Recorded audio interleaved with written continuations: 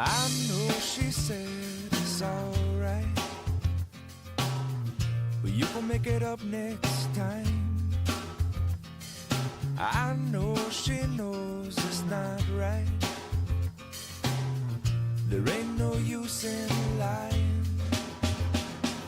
Maybe she thinks I know something. Maybe she thinks it's fine. Or maybe she knows something I don't. I'm so tired. I'm so tired of trying. It seems to me that maybe it pretty much always means no. So don't tell me, you might just let it go.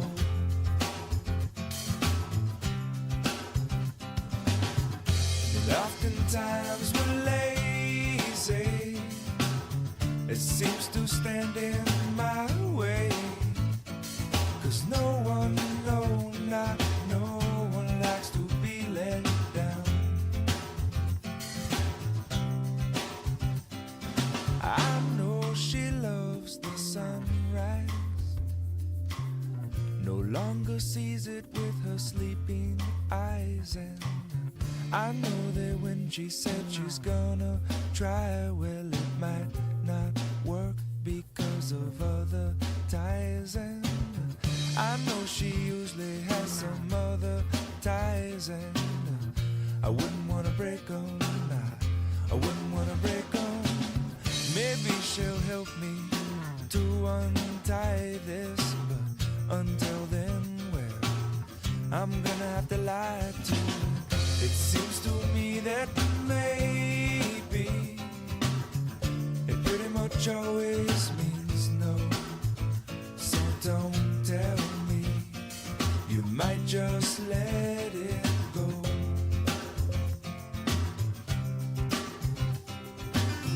And oftentimes we're lazy. It seems to stand in my way. 'Cause no one, not no one likes to be let down.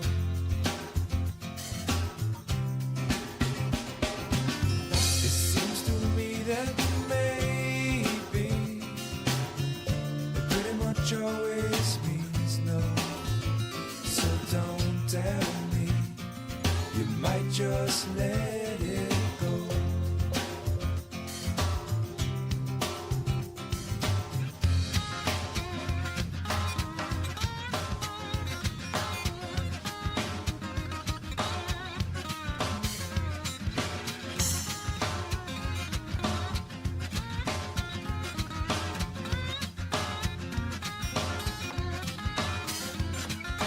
Harder that you try, baby, the further you'll fall.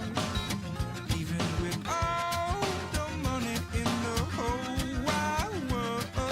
Please, please, please don't pass me. Please, please, please don't pass me. Please, please, please don't pass me by.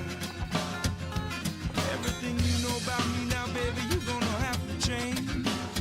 You're gonna call it by a brand new name. Ooh. Please, please, please don't tag me. Please, please,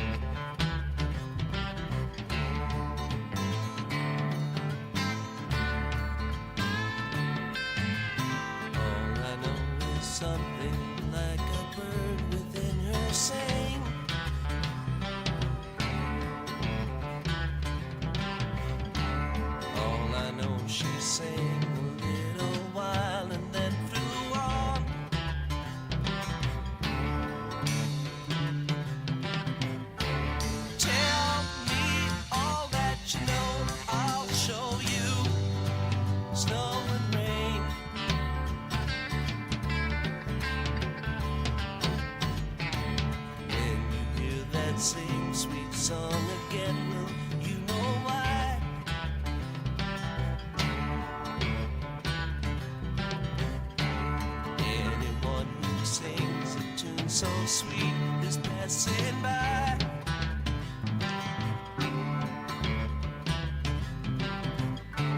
Laugh in the sunshine, sing, cry in the dark, fly through the night.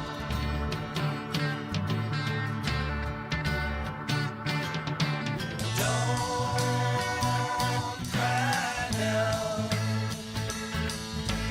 Don't you cry. Don't you cry anymore. La la la la. Sleep in the stars. Don't you cry. Dry your eyes on the wind. La la la la la la.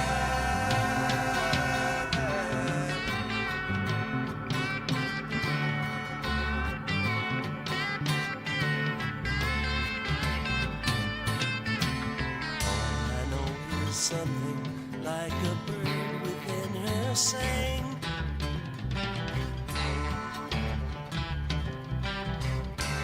All I know, she sang a little while and then flew on.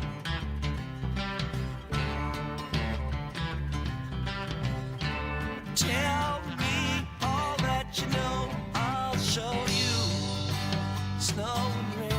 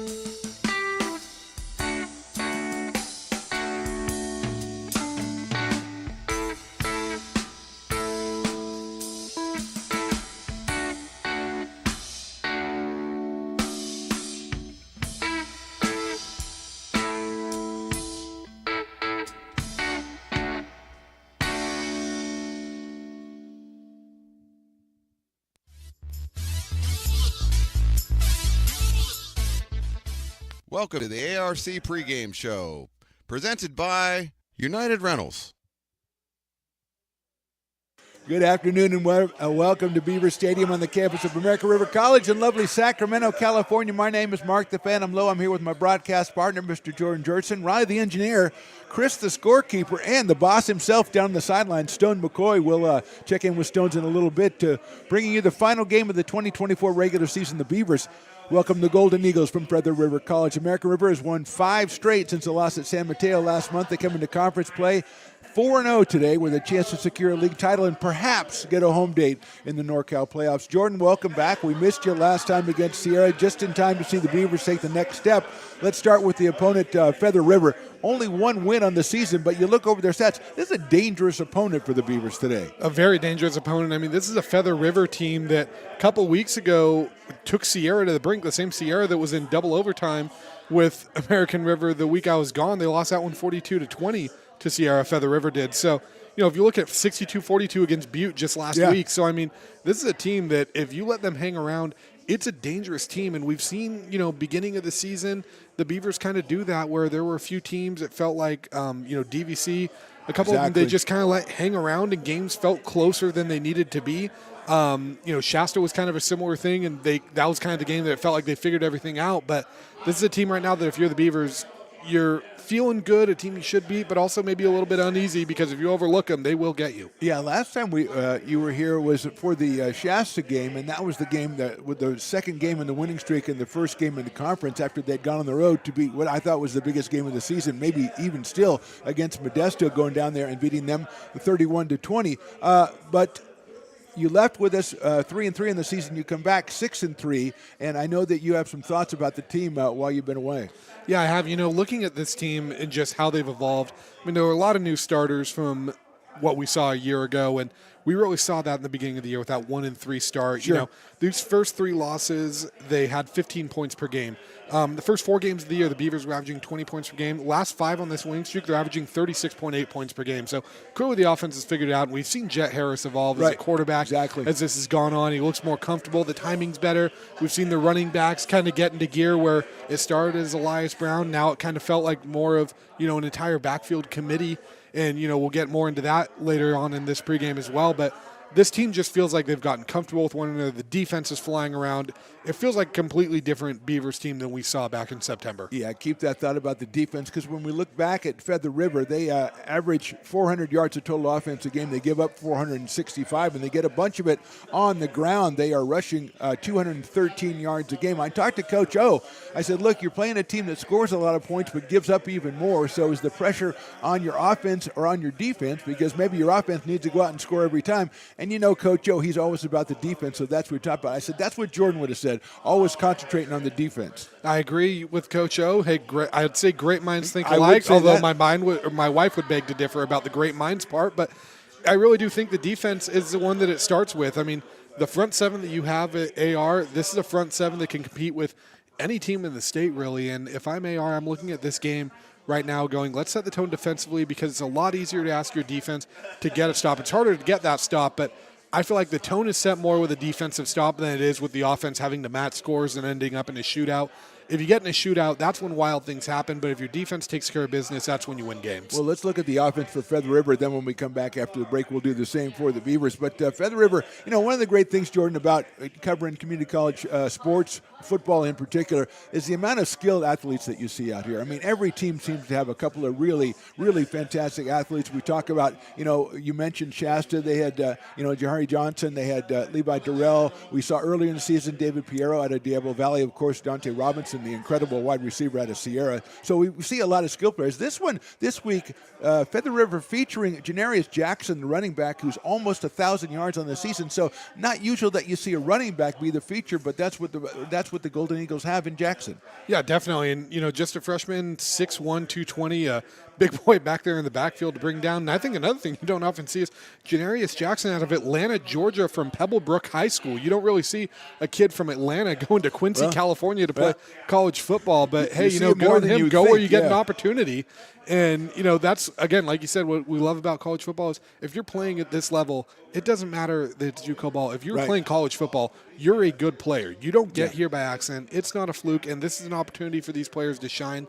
And we've been treated to a lot of great skill players. And, Jackson is another one that he can, if he has a game that he's capable of, he can give the Beavers headaches. Yeah, over 6 yards a carry, 959 yards and 4 touchdowns. When you look to the passing game, obviously the starting quarterback, Michael Kearns III, 107 for 178 for almost 1,300 yards and 11 touchdowns. His primary target, number 1, Jeremiah Nash, 29 catches, 496 yards, and 4 touchdowns. So that keeps that streak going of wide receivers we see incredibly athletic and incredibly difficult to cover. Yeah, and I know these Beavers have been battle-tested against some of these top receivers that we've seen throughout this season. So it's been a good opportunity for them to get a look to prepare for a game like this. But also we've seen sometimes those receivers end up winning that battle sometimes. So I think that's really going to be the key factor right here in this game is who's going to win that battle in the secondary. And one more thing to look for, and Jordan, this may be a statistical thing, but when I look over the Feather River offense, obviously they put a lot of points up on the board, a lot of yards. They have 34 carries on the season by their wide receivers. Now, that may be a wide receiver that does more in the backfield or something, but that's a lot of carries out of wide receivers, and they've got one, Isaac Matthews, we're number 7, 17 catches, but also 11 rushes, almost 9 yards a carry and 3 touchdowns. So they feature the wide receivers in various roles, and that's something the Beavers defense will have to keep an eye on. Yeah, definitely an offense with a lot of moving parts, keeping them guessing. That could be part of the reason why they're averaging almost 27 points a game, and is because you can keep that defense guessing. When you keep them guessing, when you have those moving parts, you're keeping them with the ability to make a mistake, but also that leads to the possibility of making mistakes on the offensive end too if you're the Golden Eagles. So if they can execute this offense how they're capable of, they can really give the Beavers a run for their money here. Absolutely, and one other factor of their offense that you have to keep an eye on, the kicking game, Chris Raposo, their kicker, 6 for 8 on field goals, has a long of 40, and he's also 26 of 29 on extra points, so that always comes into play. So that is a look at Feather River. We'll come back in just a second with a look at the American River College Beavers on offense and see how they've matriculated and see what key member of their team may be missing today. We'll be back in just a second on the pregame show here on Stone's Broadcast Networks.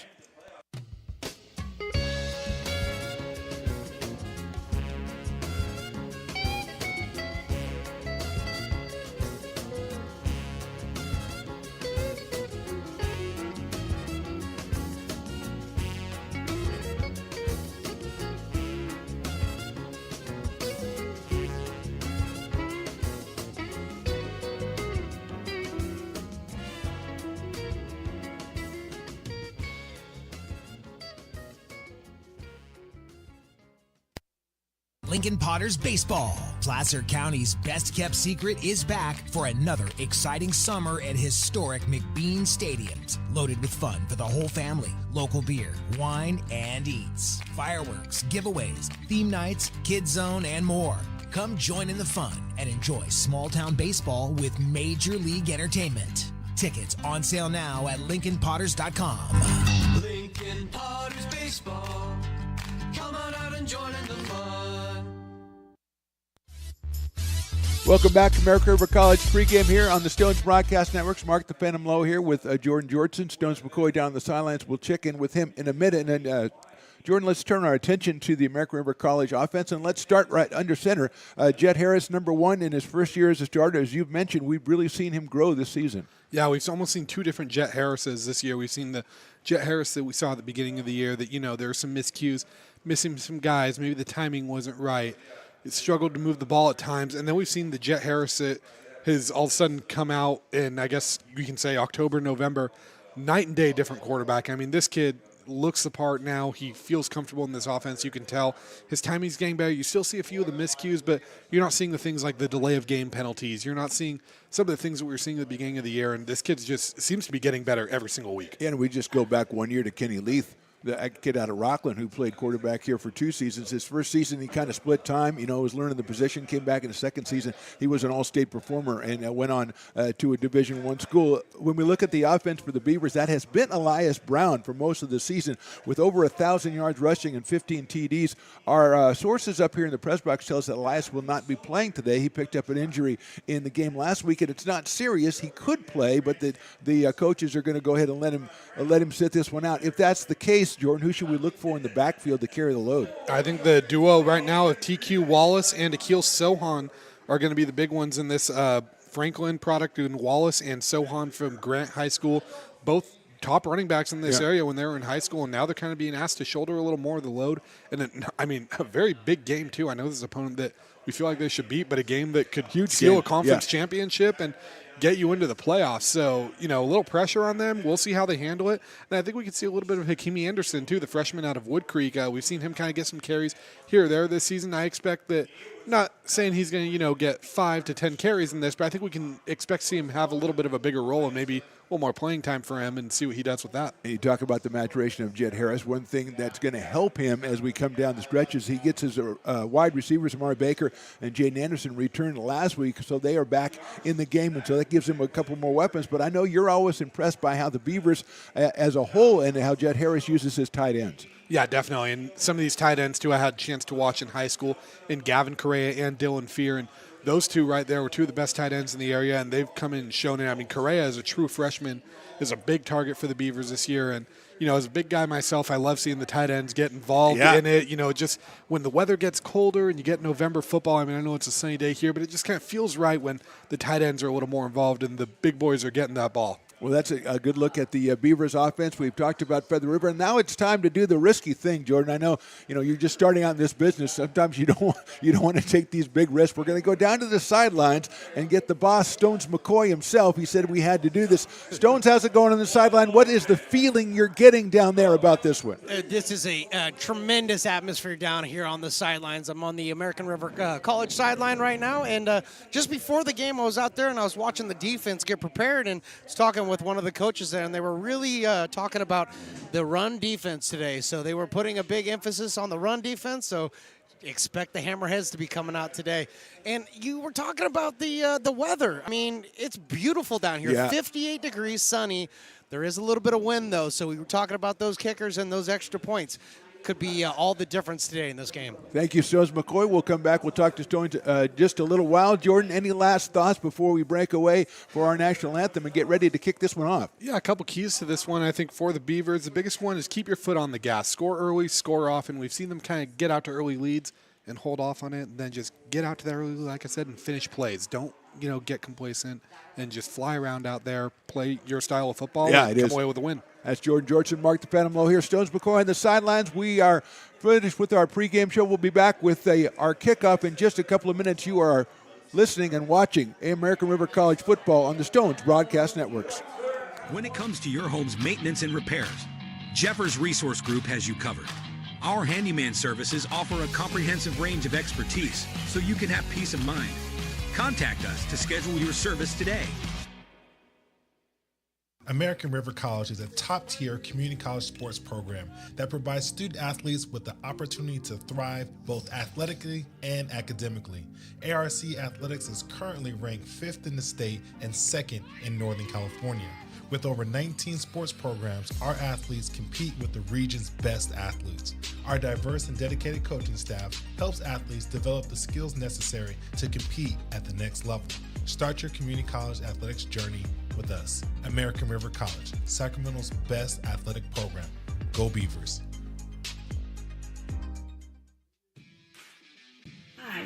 Jessica from Ace Body Shop in Towing. We are a family-oriented business. We've been in business for over 30 years.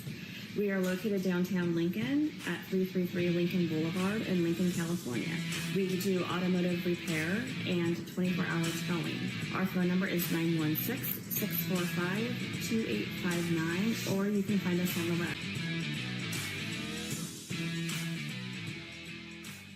When it comes to your home's maintenance and repairs, Jeffers Resource Group has you covered. Our handyman services offer a comprehensive range of expertise, from minor carpentry to drywall, electrical and flooring for property managers, landlords, and renters alike.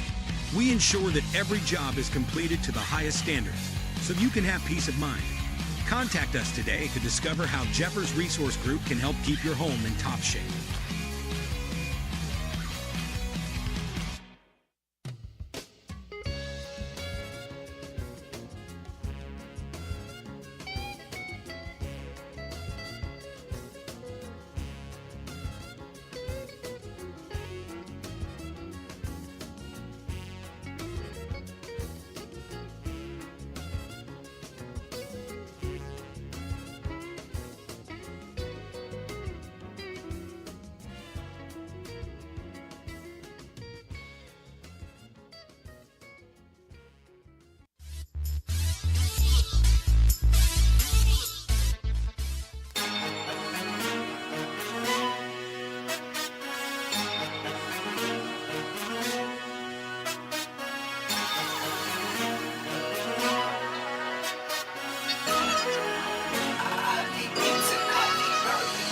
Welcome to another American River College Athletics broadcast, coming to you live from Beaver Stadium on the beautiful campus of American River College in Sacramento, California.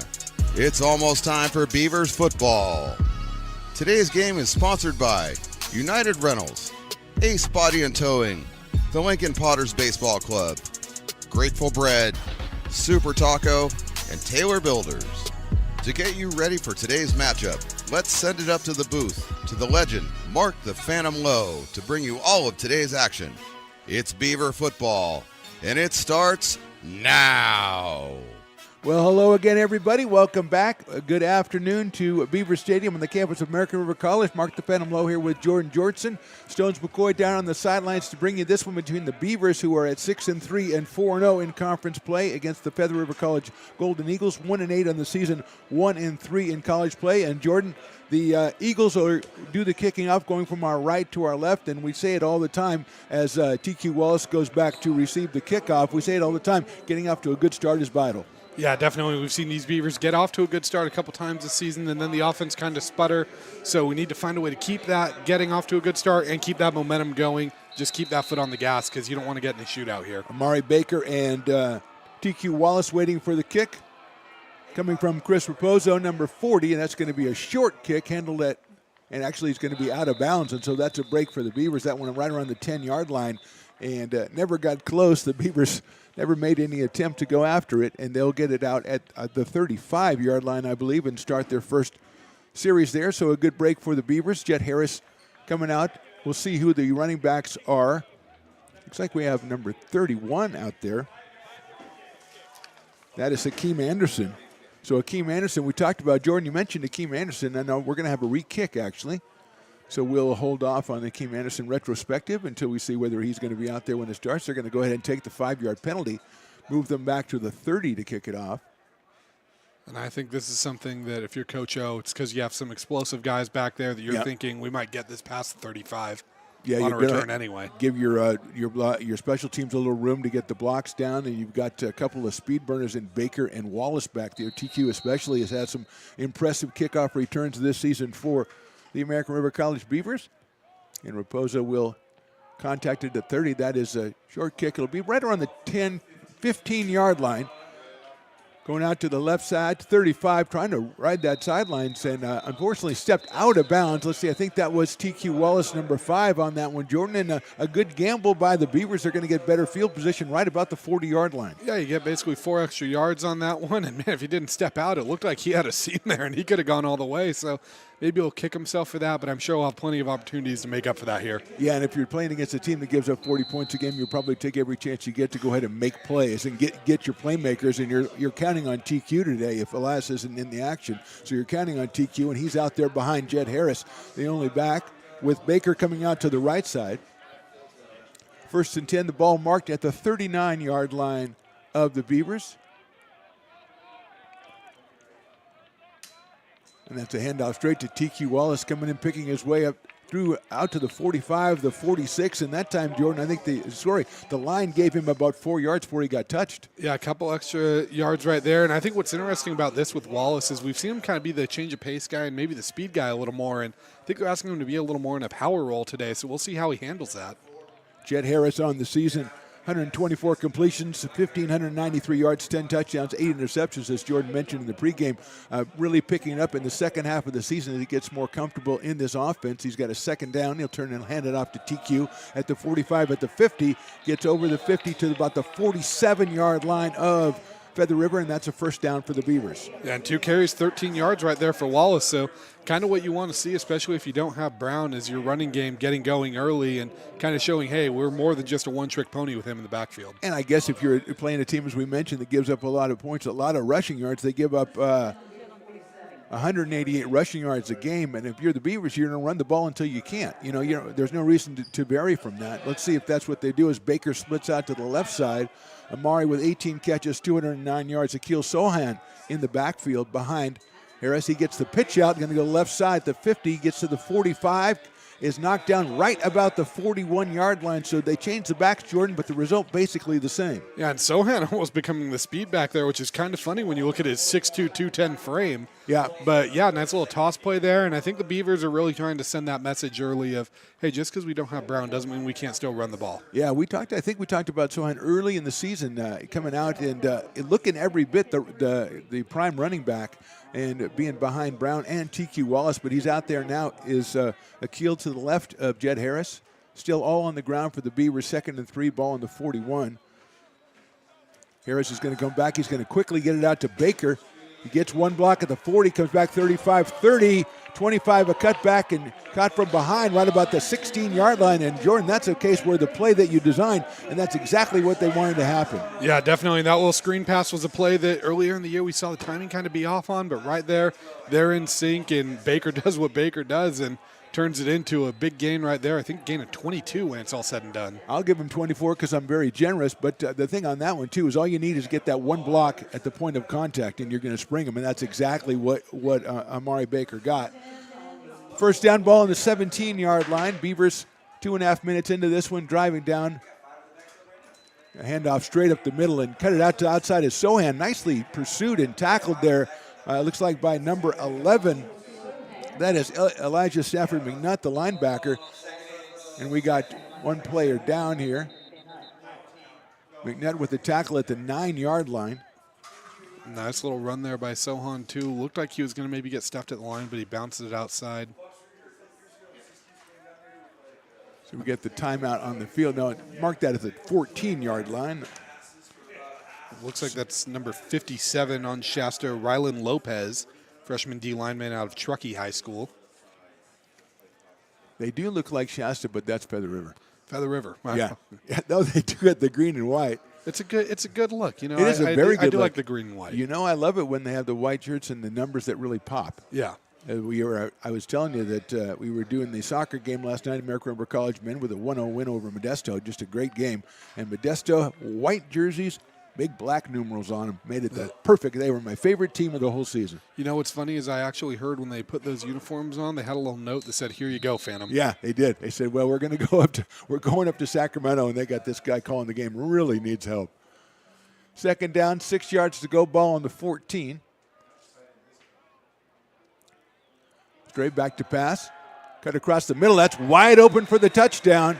As number 7, I believe, Jaden Anderson for the touchdown. And Harris looked him off, looked to the right, came back to the left on the slant. Jordan, that was pretty easy. And what a drive. Just about 3 minutes, and the Beavers have points on the board. Yeah, if you're the Beavers, you couldn't have written that any better. No incompletions. Everything's a positive gain. I think their shortest play of that drive was a 4-yard gain still. So if you can replicate that type of offense all day, it's going to be a very good day if you're a Beaver fan and a long day if you're the Golden Eagles. Cameron Smith out to put the extra point through. Vargas with the hold. Vasquez with the hold. Puts it up, and it is right through the middle. And the Beavers put 7 on the board. And we said, Jordan, we wanted a good start. They got the good start. It looked like there was almost one of those situations where they came out and they had the first 15 plays scripted, and they were going to just follow it, and nothing stopped them, nothing deterred them, and knocked them off the path. Yeah, and I think the big thing with that is you got to find a way to keep that type of production with this, because we see time and time again, not just this level of football, but all the way down from high school football to the NFL on Sundays, where teams look great to start the game with that scripted drive, but how do you kind of keep that type of repetition, that type of production? So it'll be interesting to see what the Beavers saw there and see how they can attack that. It'll be interesting to see how the Golden Eagles adjust as well. Yeah, exactly. If you have a team that gives up a lot of points, what you do the first time you score, and then you try to hold them and then get them behind the 8 ball to start with, and they give up a lot of points. So theoretically, it's really tough for them to come from behind. Now, they have a prolific offense, and we will see it here in just a minute. 11:58 to go first quarter. Cameron Smith will be kicking it off. Let's see who is back to receive that kick for the Golden Eagles. And I think that's the key you said too, Phantom. Looks like number 18 back there, number 14 for the Eagles. That's Ethan Garn and Ethan Duran. So the two Ethans. Yep. Garn is one of those wide receivers that has 11 carries on the season, so obviously he's pretty comfortable packing the pigskin, and he will be back there as Smith lets it go.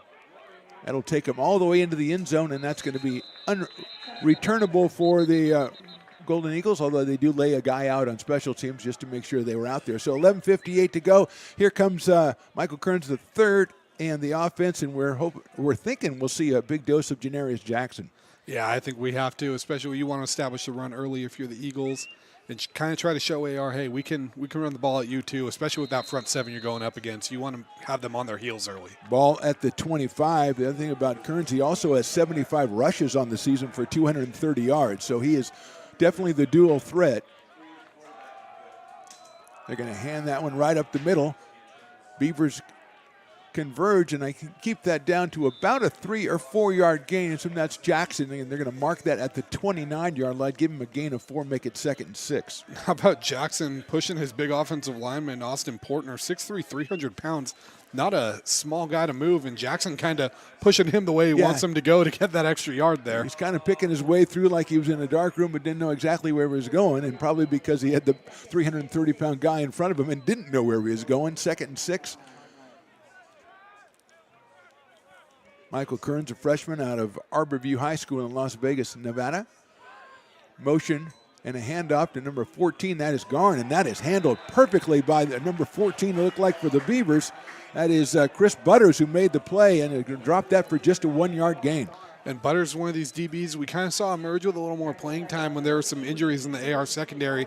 He's making the most of his opportunity here, and great tackle there, great read on that play. Yeah, you mentioned when we talked about the fact that wide receivers had a lot of carries that maybe they do the fly sweeps and stuff like that, and that's basically exactly what we saw, and it looked like the Beavers also knew that that's exactly what we were going to see, and they shut that one down quickly on a fine play by Butters. 3rd down, 5 yards to go, ball on the 30.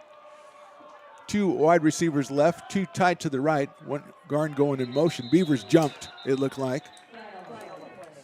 Let's see if they were drawn off. Yes, they were. And that's one of the issues that comes with running these offenses with moving parts is, sometimes you get them to jump, but sometimes you jump as well, and it can be kind of complicated with things when you have all these people moving and different snap counts and whatnot. Yeah, if you're a team that gave up a touchdown on the first possession, you want to come out, you had a 3rd and 5, a 3rd manageable 5, now you put yourself behind the 6 at 3rd and 10. Pretty much takes Jackson out of play as an option here on 3rd down. Ball now on the 25-yard line. And we're going to get another flag coming in from the back. And as you mentioned, Jordan, let's see if that's another case of too many moving parts for the offense. Exactly what's going to happen. And it's 2 straight, takes a 3rd and 5 to a 3rd and 15 now. Yeah, that's exactly what you didn't want if you're Feather River right here. And this is just one of those things, too, that if you're AR, this is a perfect start offensively and defensively. And we've seen so many times where you get out in front early, you get a stop, and then when everyone's just kind of working, it becomes a snowball effect. Let's see if we see some sort of screen or something here to try to make up the end. A little low-risk play for the Golden Eagles. They're going to go ahead and hand that off to Jackson coming up the middle. He'll get a good gain, get out over the 25 to about the 26, but that was basically saying we don't want to take any chances this early in the game. I think that's frustrating, too, if you're Feather River, because if you have that 3rd and 5 right there, that's a first down. Yeah, and, absolutely. When you're a team that likes to run the ball, you don't want to be getting in these, 3rd and 10, 3rd and 15 situations where you have to put it in the air. Yeah, they run, as we said, 213 yards a game. About half of that is Jackson, and you're going to give him a ball in a place he can make a difference. There's the punt. It's a line drive taken at the 41. For Anderson, cuts back at the 50, gets outside, and is dragged down at the 43. So the punter is Chris Raposo, and he hit that one right on the line to Anderson, who took advantage of that and got it all the way back to the 43-yard line. And Anderson's one that we haven't really seen return punts a lot this season, but nice little return there. We'll see if he maybe is in the mix a little more on special teams Yeah, as I well. think we've seen Dutton and Williams, the defensive backs, returning punts. Also TQ Wallace, of course. But Anderson had been out for a while and finally got back, and it really good for the Beavers to get him back. Looks like Luis Torres is in the game, number 13, out of Dixon, a high school teammate of Jet Harris. He'll split out wide to the left. Wallace behind, and he will take it and cut up the middle, and that one is shut down pretty well. TQ gets to maybe the 40, but the Golden Eagles coming up with a pretty good defensive stop from the line. Yeah, about a 3-yard, maybe 2-yard gain there actually for Wallace, and yeah, that's kind of the response you want, especially when they were able to run the ball pretty well on you. You want to try to kind of stuff that early and take that away as quick as you can. Well, you'd think that you'd establish the run on that first drive, so your play action should be pretty good. Now, the fact they shut that down, obviously good for their line, but the Beavers still have that option on 2nd and 8 with TQ Wallace. We've got some new wide receivers in the game, as we mentioned, Torres. Also, Nick Ekaterinus is in the game. Harris will hand that to Wallace. He'll cut it back at the 40, but still not much room right there, and he'll be dropped at about the 39-yard line. He'll bring up a 3rd down and about 7 to go. Yeah, and this is going to be interesting how the Beavers play. Kind of not the drive I think we expected to see after how that first one went. And again, as we talked about, you got to find a way to replicate that production after running a great scripted drive. And right now it looks like Feather River made some good adjustments. With 2 straight runs for the Beavers, they'll bring Anderson back in offensively. Also a couple of tight ends in, and Baker and Anderson both split out to the right side. Man coverage out here on the right. 7:59 to go and counting. Harris back to pass. Under a little bit of pressure, gets rid of it, but he's hit as he throws. And that, Jordan, is what the doctor ordered for the Feather River Golden Eagles. Yeah, great pressure there provided by number 35, Bruno Lakio, freshman out of Kappa, Hawaii, in Kappa High School. I hope I'm pronouncing that That's right. close. Because there's there's an apostrophe there, but great pressure there provided by him, and Harris took a big hit on that, and it looks like they're going to be going for this. Looks like they're going for it on the 39-yard line of the Golden Eagles. They've got a pretty good chunk to go, 4th and 6. They got to get it down to the 33. TQ Wallace is behind center.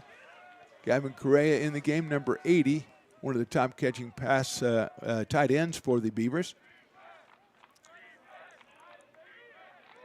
Golden Eagles showing some pressure. They're going to bring it, and the flag is down. And the Beavers look like we're going for everything to Anderson. But at the last moment, we had a timeout by the Beavers to talk it over. So Jordan, a little surprised. 7:50 to go, basically halfway through the first quarter. Beavers got everything they wanted on that first drive. Got nothing so far on this drive. A little surprised they're going for it. Or is it just too close and the punt would be wasted? I'm not really surprised by it, just because, like we said, one of the keys to the game is keeping your foot on the gas, and I think this is kind of a good example of that. But two, where your defense got the stop that they just got, and you saw the other offense kind of shoot themselves in the foot a little bit, I think it's maybe a decision that you're like, hey, with a 7-0 lead right now, this is something we can live with if we turn the ball over right here.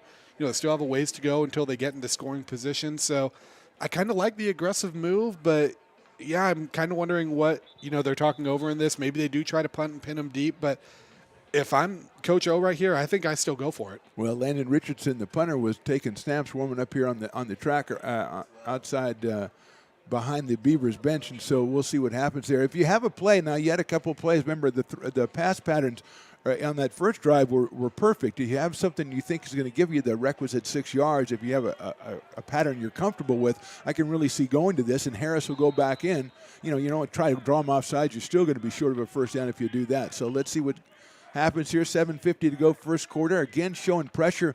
The Golden Eagles, they're sending the linebackers. Harris guy has a lot of time. Now he's got to get out of there. Throws it sidearm over the head of Anderson. And give the Golden Eagles credit. They came out on a series. They had to stop the Beavers. And even though Harris had time, Jordan, he didn't have anybody to throw it to. Yeah, good. Almost, I don't want to say a coverage incompletion there in a way, but kind of was. And it gave Lakio enough time to bring that pressure there and a turnover on down. So maybe a little momentum swing. And like I said, I like the aggressive call from Coach O, but hey, this is kind of a live by the sword, die by the sword, and this is the negative side to going for it right there. Yeah, it seems like on a play like that, if you're going for it, you got a quick hitter. You know, it seemed like once he had to kind of look to his second option, it wasn't going to be successful. Turn around, hand off to Jackson, trying to pick his way through. It looked like he had a little bit of a hole. Beavers defensive, the tacklers had a hold on him, and he kept moving, but they drag him down at the 41. I think he had a hole right there, and Edgar Montez just had him by the hip and said, "You're not going anywhere." And good defense there by the Beavers to kind of avoid what could have kind of been a 3 yards in a cloud of dust type of play. Yeah, so far they haven't let Jackson really get going. After he takes the handoff, he's had to pick his way and go slowly. So that has been the key to holding him down so far. Again, another taking it out here is Kearns running it. Comes through. We got a flag on the play. We mentioned Kearns holds it and has run it 75 times this season. That time he faked it to Jackson, although he may have been giving it to Jackson. Jackson was already tackled. And let's see what the flag is here. It looks like it's going to be a hold on the Golden Eagles. And Jordan, as you said last time, they continue to shoot themselves in the foot. Yeah, they do right there. And it looked like Garrett Risley was going to be in position to make a play, the D lineman out of Jesuit, but ends up kind of getting held there. And it was a good read, actually, right there. Yeah, absolutely. By Kearns and just negated by, needless penalty. Yeah, if you're going to – he's carried the ball over 8 times a game, so he obviously is used to calling his own number, and that time Jackson was done. And Kearns held on to it, made a nice gain, but it's negated by the penalty. 6:49 to go. A handoff is to Jackson. He picks his way through. Again, about 3 or 4 Beavers right there. He does manage to get up to about the 37, so showed some powerful running. But, again, the Beavers obviously have a marked man. His name's Janaris Jackson. Yeah, and Jackson's still hard-nosed runner right there, and it looked like Malachi Red kind of leading the charge defensively on that one. I think a lot of this, too, is just the Beavers needing to be strong tackling and – Jackson's the type of guy that can wear you down over the course of the game, so we'll see how well they hold that up through 4 quarters of Big this. play again, Jordan, big play again for the Golden Eagles as we go down to 6 minutes in the first quarter, 3rd and 13. They got to get to the 49, so we'll call it 12 as the ball is on the 37-yard line. Michael Kearns, the quarterback. He'll turn around, he'll fake it. He's still got it. He squirts out to the left side, pursued by the Beavers. Kearns makes some moves. He might get close to the first down on the run. They're going to mark it right about the 49-yard line.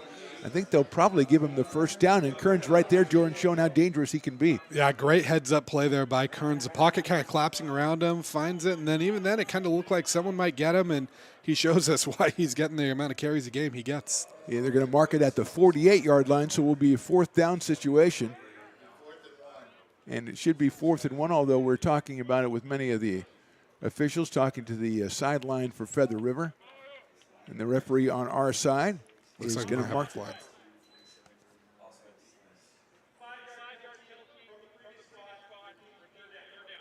So a 5-yard penalty. I didn't see a penalty flag come in. Looks like it came in right there, way on the sideline by the 41-yard line. Kind of just dropped immediately there. And, yeah, I think that's where you see the frustration from Feather River sidelines. You're like, can't that play just stand? And right. Usually offsides gives you a free play. So the call against the Beavers may benefit the Beavers, as it'll be 3rd down, and now we'll call it 6 yards to go, make it 7 yards to go at the 42.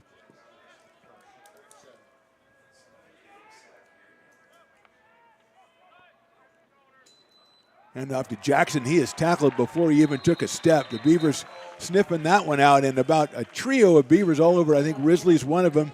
And Jordan, who else was in on that one? It looked like Malachi Red kind of got the initial contact, and like you said, Risley was one. Ike Kegbu was in there. I think you could just say the whole defensive line was in on that one. Yeah, that's the case where a penalty on the Beavers helps the Beavers because they went back to Jackson. And, again, we talked about he's not able to get ahead of steam, at least so far in the carries that he's had. And it's going to be a punting situation.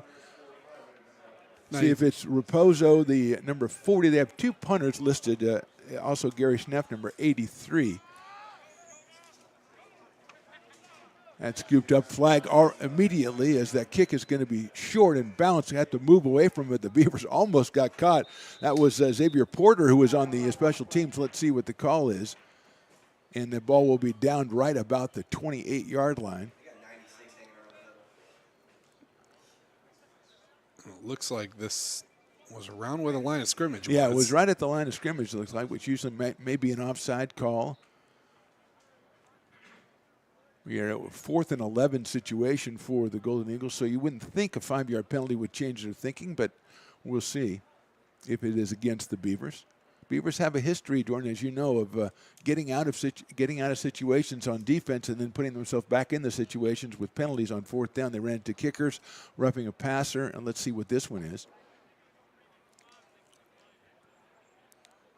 They're going to go over and tell Coach O exactly what it is before they let us know because they don't want to. And he's going to say, so it looks like it's on the Golden Eagles. As it seems the ref is asking Coach O if he wants to decline.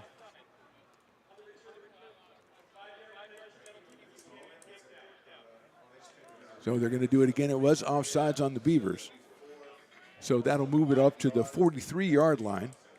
Set up a situation you don't know, Jordan. A 4th and 6, maybe the Golden Eagles want to roll the dice, although the way they played on defense last time, they're probably not that worried about falling in a deep hole because they really played well in the defensive end last time. Yeah, I think if you had let in some points on that last drive, this almost might be 4-down territory. But right here, play it safe. Don't dig yourself into a hole that you don't need to dig yourself into. A penalty benefited the Beavers before. Let's see if this one gives them a chance at a return here. As they almost get to the punt. That's a much better kick.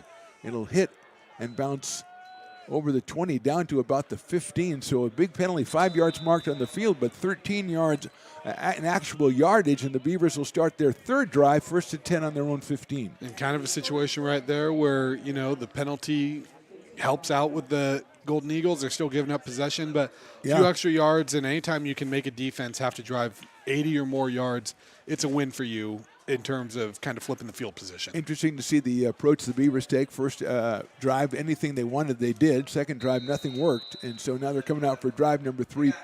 Talked about Xavier Porter. He is on the field, spread out wide left along with Anderson. Baker is tight to the right side. TQ Wallace, the running back. Again, Elias Brown not expected to play today.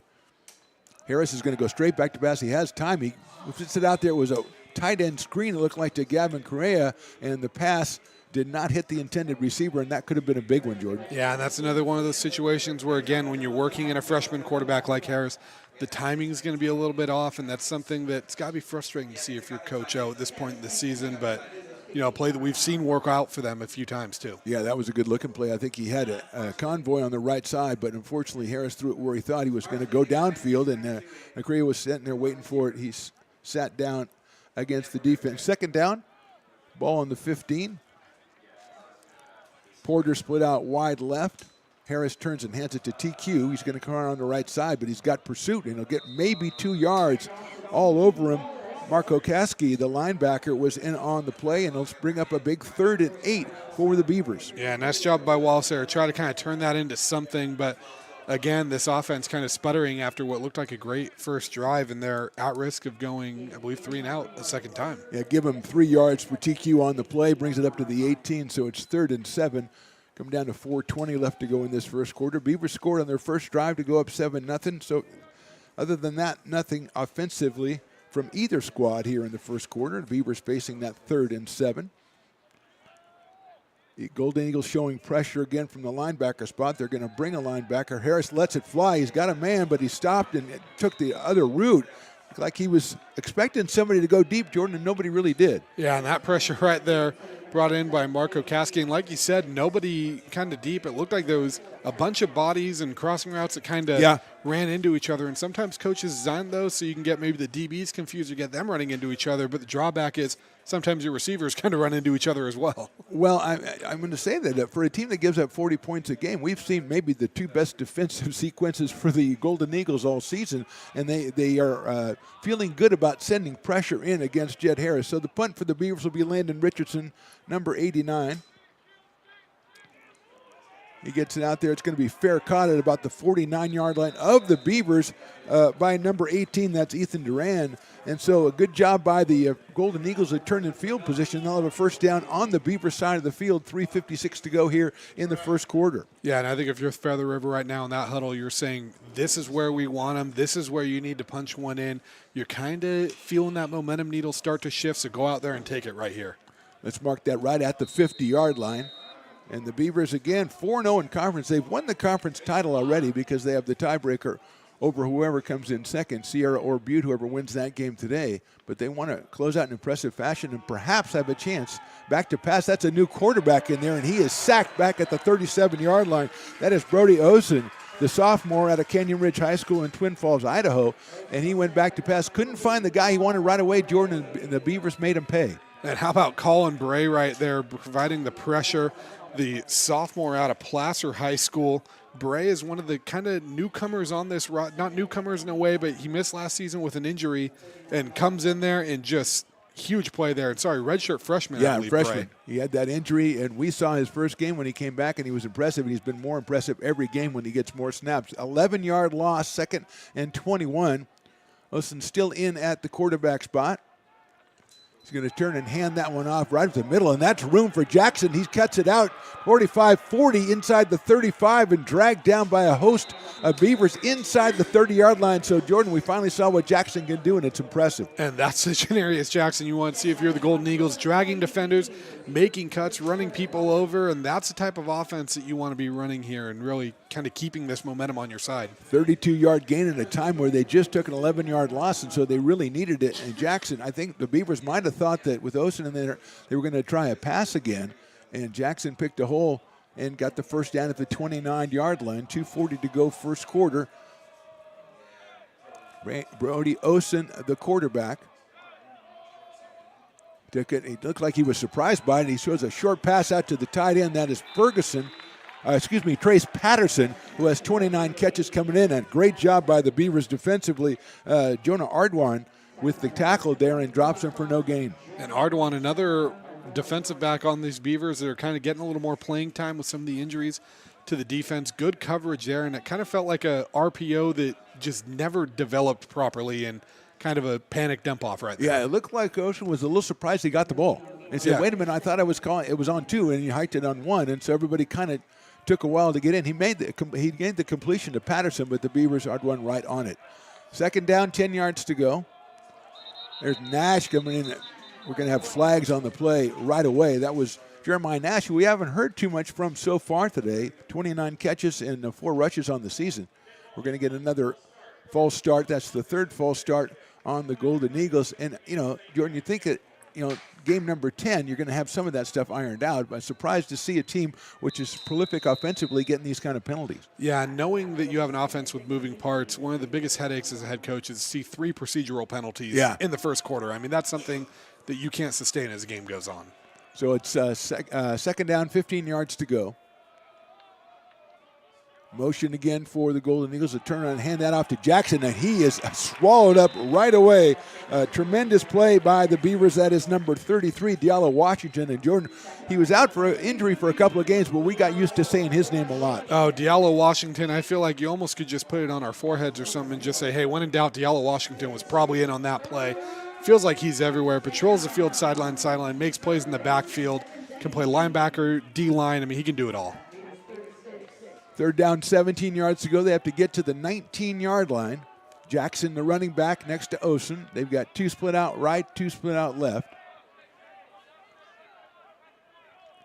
Beavers coming up with the big play defensively. Osen straight back to pass. He is under pressure. He comes up the middle of the field. He's got a little bit of room. He's going to get back inside the 30 to about the original line of scrimmage and a couple yards by. He'll drag down at the 27-yard line. He'll bring up a 4th down and about 8 yards to go. And, of course, we expect them to go for it here as we get the seconds dwindling down here in the first quarter. And how about Osen on that? I mean, it took him a minute to get going to full speed, but once he did, he could move a little bit. And that's a huge one because that kind of puts them out of punting territory and into a territory to where it is 4 downs. They can definitely go for it here on 4th down and about 7 yards to go. 10 seconds to go in the quarter and time ticking away. Motion, turn around, a flip play that's a reverse to number 8 coming on the right side. He's got some open area. He's going to score. That is number 8. That's Traven Vigesner, who came in here and hadn't been doing anything, came on a misdirection. Everybody went left, Jordan. He went right, and it's 6 points for the Golden Eagles. And it feels like they've almost been baiting that play the entire first quarter, the way these were going. And Vigesner comes in, takes that one. I mean, even had us fooled. Absolutely, and we talked about the wide receivers getting a lot of carries for this team. We mentioned that. We didn't mention his name because it wasn't down there as getting any carries, and he made that one work. He went all the way 36 yards for the touchdown. So here's Chris Raposo, as we said, 26 of 29 on extra points. Puts that one up and puts that one through. So after one quarter of play, we are tied at 7. And Jordan, I think we can say we're a little bit shocked by what's going on. You talked about it after the first drive for the touchdown. You can't let off on the gas. Maybe that's what happened. Maybe Feather River just stepped up a little bit. But as we go to quarter number 2, we're all tied at 7. Yeah, and I think it's a little bit of both, Phantom, because right now what we're seeing too is keep in mind we're seeing a Feather River team that is 1-8, but has been in a lot of close games. Yeah. And I think a lot of this could be Feather River is kind of like, hey, this is our last game of the year. Let's, unload this clip. Let's put everything in the playbook. Some of those plays in the back of it. Why not? Can't hold anything back here. The weird thing is that the Beavers have got a couple of negative plays against the Feather River offense. I mean, they've got a sack. They had a couple of other great plays, and yet the Golden Eagles come back on the next play each time and put big yards up on the board in the run by Visgegner for the touchdown. And the extra point puts us tied at 7 as we're going to start quarter number 2 here from Beaver Stadium. Mark the Phantom Lowe and Jordan Georgeson. As I think about this, I'm looking down on the field. Do I have a guy down there? He is ready to go. Stones McCoy, what's going on down there? It's 7-7 after 15 minutes. Yeah, so something to report from the Feather River sideline. The defensive lineman out of Truckee, California, Rylan Lopez, questionable to return with a left hammy. All right, Stones McCoy, thank you very much. It's important for the defense. Here's Raposo with the kickoff, and it's going to go to TQ Wallace on about the 3-yard line. He comes up at the 10. He's going to go left 20, cuts it back 25-30, trying to get out to the 35, and he doesn't. TQ has been stellar on the kickoff returns, a really good return for the Beavers, and they'll start off 1st and 10 from the 35-yard line. Yeah, nice job by Wallace there to kind of get that spin move, get a little extra yards, and spin forward to fight for that. And if you're the Beavers, that's a return you want. Kind of set yourself ahead of where you thought you'd be to start this drive. Easy for us to speculate on this, Jordan. You think the Beavers coming in 4-0 in conference against a team that's 1-3 has won one game.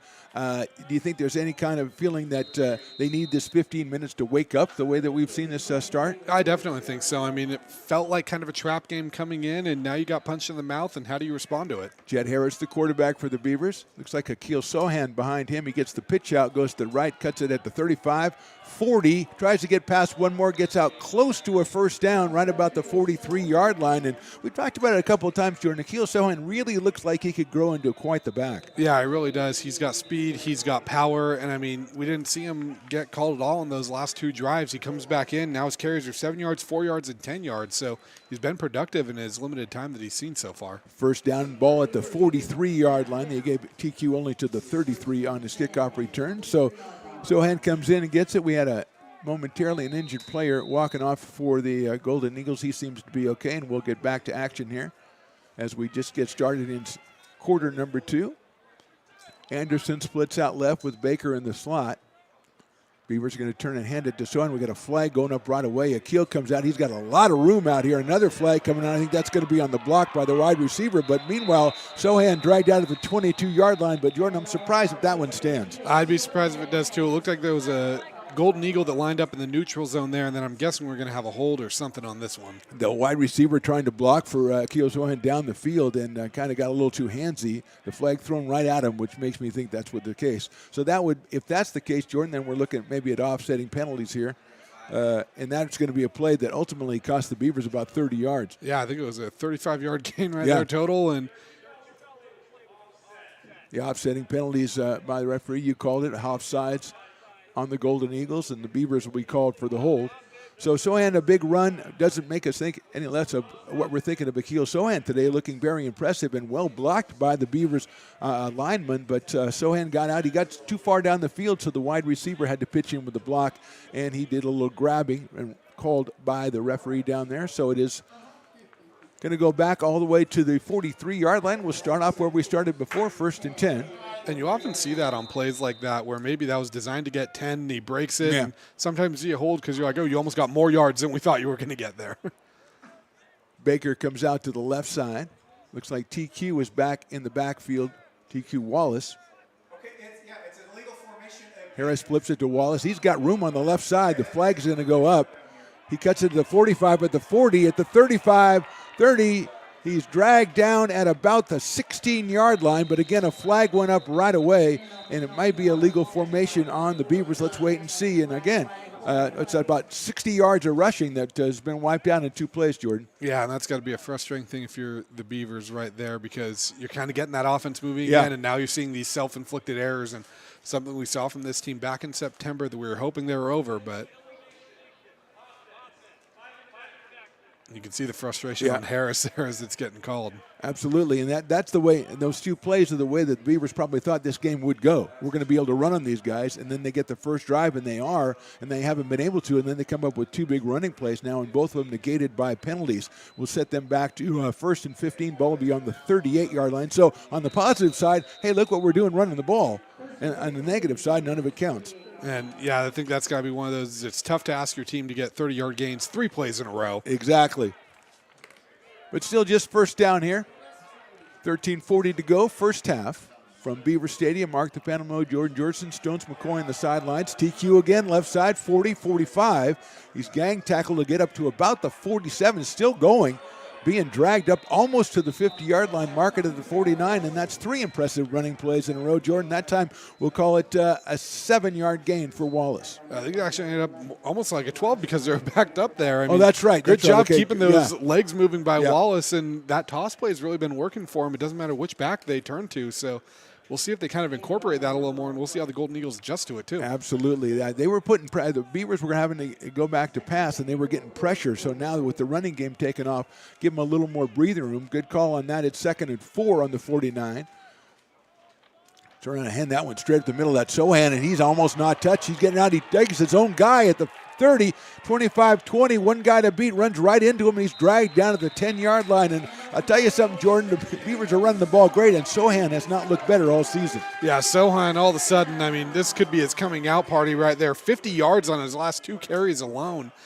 In the open field, I mean, he's showcasing his speed. He's moving his blockers around. Great run there, and if you're the Beavers, this is what you wanted to see on this drive. Absolutely. You want to go out there and reassert yourself, as it will, and you're doing it with the running game as they did on that first drive for the most part of the game. So on the big gain, 39 yards right there.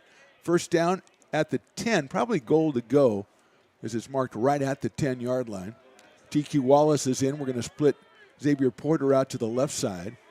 It's a pitch to TQ on the left side. Looks like there's more Golden Eagles there. He's going to reverse his field. He's got some room on the right side. He got 1 block, but they're going to be a flag.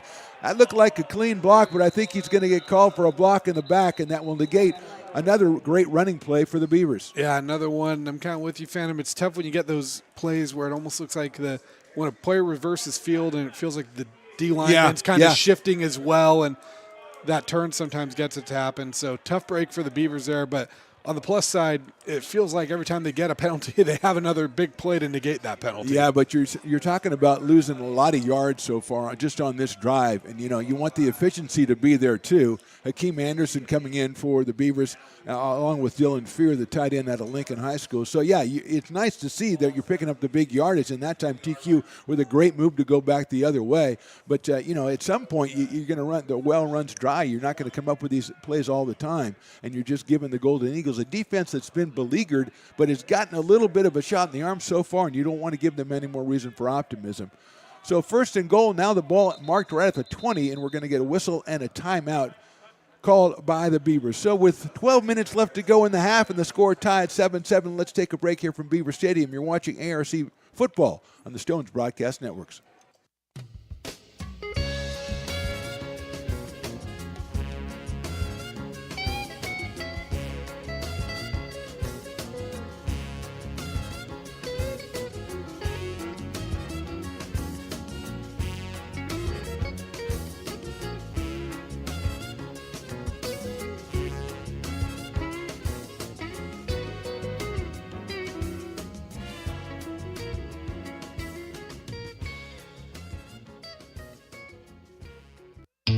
Oh, I love baking. I've been doing it my whole life. Grateful Bread was started because I needed a job. It always used to seem like bread was just an afterthought. Welcome back to Beaver Stadium. Mark the Fan Low here with Jordan Georgeson and Stones McCoy on the sidelines. What? 7-7. First down, goal-to-go ball on the 20 after the penalty. Keem Anderson in the game for the Beavers. Harris going to pass. Going to let it go in the corner. Looking for Correa, and he's going to make the catch for the touchdown. Gavin Correa ran past the defender at the last moment, and Jordan, that was a perfectly thrown pass by Jet Harris. That was, and that's exactly what you want to see right there out of Harris, too. After 4 straight incompletions, he finds Correa right there for that one and the touchdown. I mean, Harris has 3 completions. 2 of them are for touchdowns, and great route there by the tight end. Beat his defender and get that jump ball. Yeah, Correa with a great route in that. Harris let that ball go before Gavin had actually cleared the defensive back, so that was perfectly weighted. And the Beavers, as you mentioned, they get the penalty, they come back with a bigger play, and that's exactly what they did. Cam Smith out there to try to put this one through the uprights to give the Beavers a 7-point lead. Strikes it beautifully, and it is right through. So, Jordan, we saw a little bit of a misstep and maybe a wake-up call after 15 minutes, but the Beavers looked pretty good on that drive if you take away the multitude of penalties. Yeah, I mean, they had, a touchdown, 2 30-yard plays negated by penalties right there, and I think that timeout was perfectly called by Coach O, kind of regroup this team, kind of give them the kick in the butt they needed. And then first play out there, Jet Harris, after 4 straight incompletions, sees the matchup he likes. 6'4" Gavin Correa going up against 6-foot-tall Michael Bryant. And I think I trust the 6'4" guy to come up with the ball right there. 67-yard drive in which they gained actually about 113 yards. So, I mean, that's crazy, and they gave most of it back. So now a big defensive stand by the Beavers. And let's see, we'll see after the kickoff, we'll see which quarterback, if it's Michael Kearns, if it's Brody Osen. For the Feather River College Golden Eagles, 1-8 on the season, 1-4 in conference play. That win that they had was against Santa Rosa, 33-31. They've also lost 48-28 to Shasta. Sierra, they played Sierra, as the Beavers well know, Sierra, a very tough opponent. The Wolverines beat them 42-40 back on October the 19th, and then Butte with the win last week, 62-42. So here's Cam Smith. That one is returnable if it stays in bounds, and it does not stay in bounds. Oh, it did stay in bounds. It rolled all the way. That one had eyes, Jordan. I don't know. That was a good wedge right there for Cam Smith. That's one of those, I think if you ask Cam Smith if he meant to do that, he'll tell you yes. Yes. But I don't know how that ball towed the line that way. I was just waiting for the flag to come out, and I think the ref was waiting to throw the flag. He was itching to throw that flag. He was loosening his arm. I mean, and the ball went and then turned back and hugs the line, and it'll end up being a ball, 1st and 10 on the 30-yard line. Michael Kearns back in action behind center for the Golden Eagles.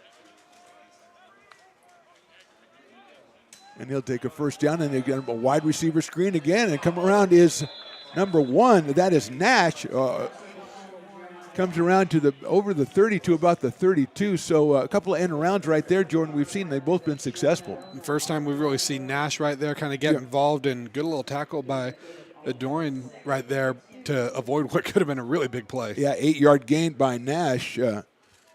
He averages about 14 yards a carry. We talk about the wide receivers. They use them as running backs, and they've been successful so far here in this one. 2nd down, 2 yards to go. I give that to Jackson. No, he's holding on to it. Kearns holds on to it, and then that's, I think, Garrett Risley comes in and gets the big sack. Another big play by the Beavers defense back inside the 25-yard line. Yeah, and Risley got in there looking almost unblocked right there, and it feels like, with these edge rushers the Beavers have, we're calling one of their names every play between Correa and Bray and Risley and Malachi Red and Ikegbu too. Just all these guys finding ways to make play. It just depends who's going to step up. Little surprised he pulled that out of Jackson's belly and took it himself, but Risley was not surprised. He was very happy. So 3rd down, they've got to get to the 35, so 11 yards to go for Michael Kearns III. He'll go back to pass and look left. He's got some time. He throws it, and it's caught right at the 35-yard line, right at the 1st down marker. That is Nash with the catch. Great And route it there is by a- Nash. A first down for the Golden Eagles. Great route there by Nash. It kind of just sit right at that first down marker. He knew exactly where he needed to be, and he got it, and a good ball there by Kearns. Yeah, he got time to throw it, too, because the Beavers a little bit holding back a little defensively, did not put the pressure on Kearns, and he threw a perfect pass in between a couple of defenders for a first down on the 35 as we go down to 10 minutes left in the half. And let's see if we see Janarius Jackson as we have in motion. And we do give it to Jackson, and he is cut down but gets away and still going at the 40, cuts it back, 45, 50, and another really impressive run by Janarius Jackson. Jordan, at a time, I thought he was stopped at the line of scrimmage. Yeah, and I think Jackson's kind of finally warmed up and woken up right here. And it looks like Diallo Washington's coming off the field. Hopefully he's not a little banged up. But, yeah, this is a Jackson that I think they were expecting to see, and the Beavers kind of struggling to bring him down right now. Yeah, absolutely. Give him 14 on that carry and gets a first down at the 49-yard line. So now the Golden Eagles have a couple of different things at their disposal. They've done the end around. They've got Jackson going. They completed a pass. So let's see what they try to do here at 1st and 10. And that one is going to be Kearns holding on to it. He throws it, and it is caught at the 38-yard line. And they're going to wave it off. So the hit by the Beavers jars the ball loose. It's an incompletion, bring up 2nd down. Yeah, that was almost Memo Valdez with a great catch right there. And I think kind of him coming to the ground jarred it loose. And, you know, we don't want to get in the whole what's a catch, what's not a catch thing. We don't want to get into that, no. Either way, good ball, good play there. Just an unfortunate bounce for the Valdez, 12 catches on the season, 158 yards and a touchdown. Out of Winners High School. Turnaround handoff to Jackson. Picks his way through. Risley is part of a group that meets him at about the 48-yard line of the Beavers. And he'll get a gain of about 3. He'll bring up a big 3rd down and 7 yards to go for Feather River. I think this is the first 3rd down we've seen in a little bit for the Golden Eagles. They've been moving the ball pretty well, so we'll see how the Beavers kind of respond knowing they have a chance to get off the field right here. And as we've talked about, the Feather River has a little bit more at their disposal. They've run that end sweep a couple of times. It's been successful, and Kearns has thrown a couple of pretty nice passes, and they always have Jackson as well. So a couple of things they can do here on 3rd down and 7. They've got to get to the 41-yard line. Motion, it's going to be Kearns flipping it up the middle to Patterson, but he is dropped in his tracks at about the 46. A couple of different looks on that play, Jordan, but ultimately the Beavers were ready for the one that counted. Yeah, and I think they're kind of trying to keep the Beavers guessing, but the way they responded to that tells me that this might have been a play that they go to a few times on 3rd down. They thought to dip into that well, and the Beavers knew that was coming. And here we are by 4th down, 5 yards to go, ball on the 46, and they are going for it here. Maybe trying to get the Beavers to jump off sides as everyone in the world goes in motion. Might get a punt situation. Let's see. Quick kick. And that is a shank. And the Beavers, you just should run away from that one. And it's caught by the lineman. That's a tremendous catch. And the ball is down at the 26-yard line. What a play, Jordan. We've got to get that guy spotlighted. Oh. What a play he made. We got a shout out Monjaro Senegal. Wow. It's supposedly an outside linebacker listed on the roster at 6'5", 300. So we'll have to double check on that one. But I love that he got the ball and he kind of looked at the sideline like, am I allowed to run this? I think he thought he was going to keep going, and I wasn't going to get in his way. No, I think they should have let him. 6'5", 300. So they went into the quick kick situation. They got the ball down to the 25-yard line. The Beavers first down and 10. A good defensive sequence. It started out a good offensive sequence by the Golden Eagles. Beavers come up defensively and shut them down.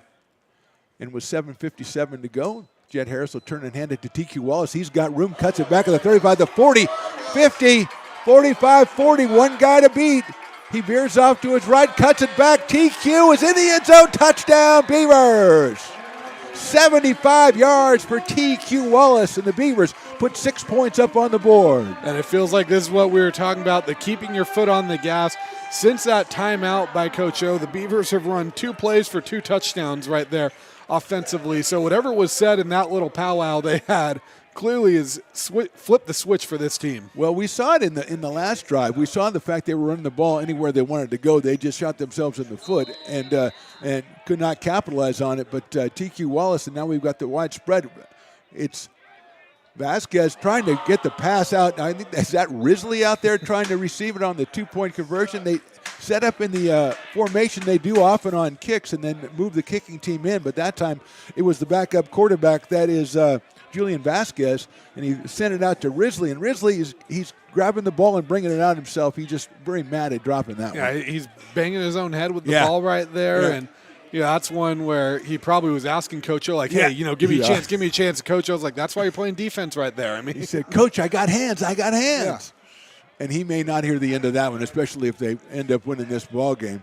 But TQ Wallace, let's don't bury the lead, a 75-yard run. And again, at that time, Jordan, sometimes you see a guy get the ball and you can just tell there's a lot of open field ahead of him, and TQ has been sharp on the cuts today. So that one, not really a surprise, and he's had to step up in the absence of Elias Brown, and he's done everything Coach O and the Beavers would want him to. 20-7, 7:44 to go here in the first half. Cameron Smith to do the kicking off. It looks like Duran and Garn back there, Ethan and Ethan for the Golden Eagles. And that's an onside kick attempt caught by the Beavers. Did it go 10 yards? I believe it did. Was that Cameron Smith followed his own kick and recovers, and that'll be first down Beavers. And I love the aggression we're seeing right now out of Coach O and company. I think during that timeout, he basically said, what are we doing here? Why are we shooting ourselves in the foot? Let's go out and take this game. And they've proven it. 2 touchdowns on 2 offensive plays since then. You get the stop right there and then the onside kick. I mean, they're firing on all cylinders right now. Not only did they call the onside kick, Jordan, but the kick had to be good. You still have to have a good. He dribbled that one perfectly down the field. It went about 12 yards before he covered it. But, that was a perfect execution of the onside kick. And, it caught everyone by so much surprise. Yeah. Feather River was standing there, and I think everyone in the stadium kind of thought, like, no way that went 10 yards because no one reacted to it at first. And that's where it's benefits you having a guy like Cam Smith who booms the ball into the end zone most of the time. So you've got the special teams on Feather River kind of going back and getting ready to try to put that return together. So here's the Beavers trying to take advantage of that. Baker splits out to the left. TQ Wallace, the running back behind Jet Harris, showing pressure, and they'll give it to TQ. He picks his way through 49. He's dragged down right about the 49-yard line. So a gain of about 2 on the play, and we've got a lineman for the Golden Eagles down at the 45-yard line. Yeah, I'm trying to see. It looks like that might be 57 once again.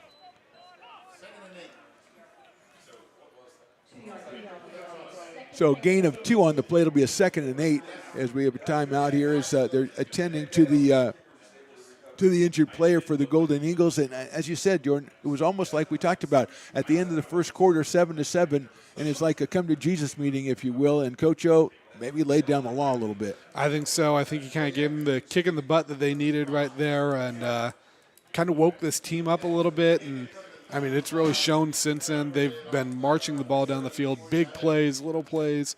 Even when they've shot themselves in the foot, it feels like they've always responded. TQ Wallace is on the sideline, kind of squatting down now. He's going to stand back up. He's probably still a little winded from running 75 yards and putting a couple of little, like zigzag moves in at the end because he was being pursued by the Golden Eagles. So we'll do 2nd and 8. It's like Akeem Anderson behind Jet Harris in the formation for the Beavers.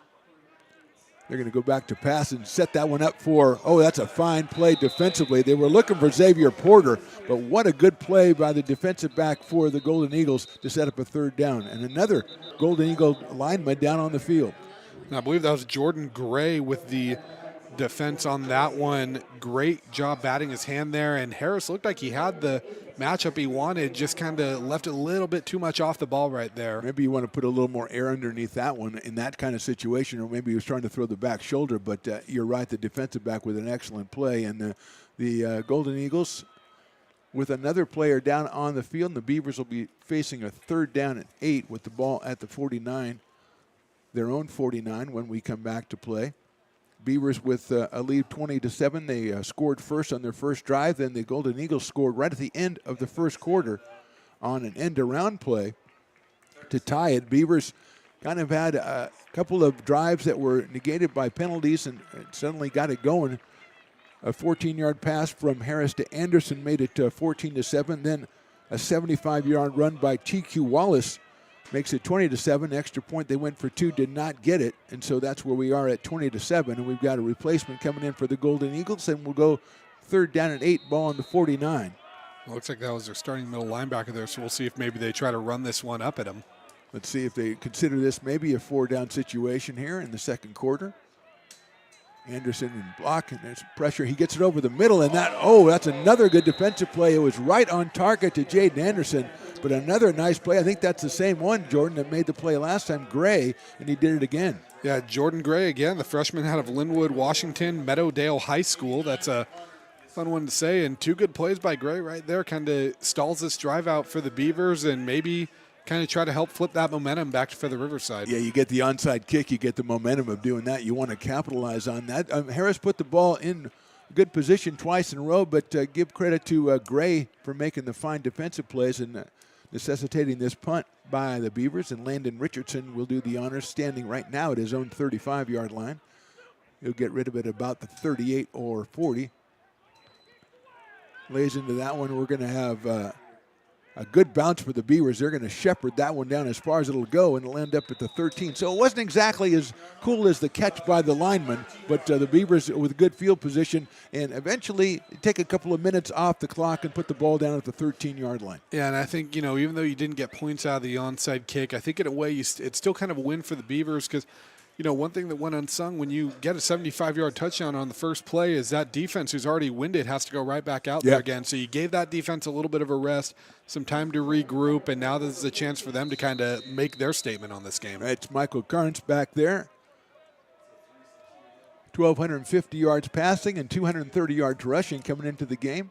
He's got Jackson behind him. He's got Memo Valdez to the right. He turns. He's going to hold on to it and hit Patterson in there, the tight end.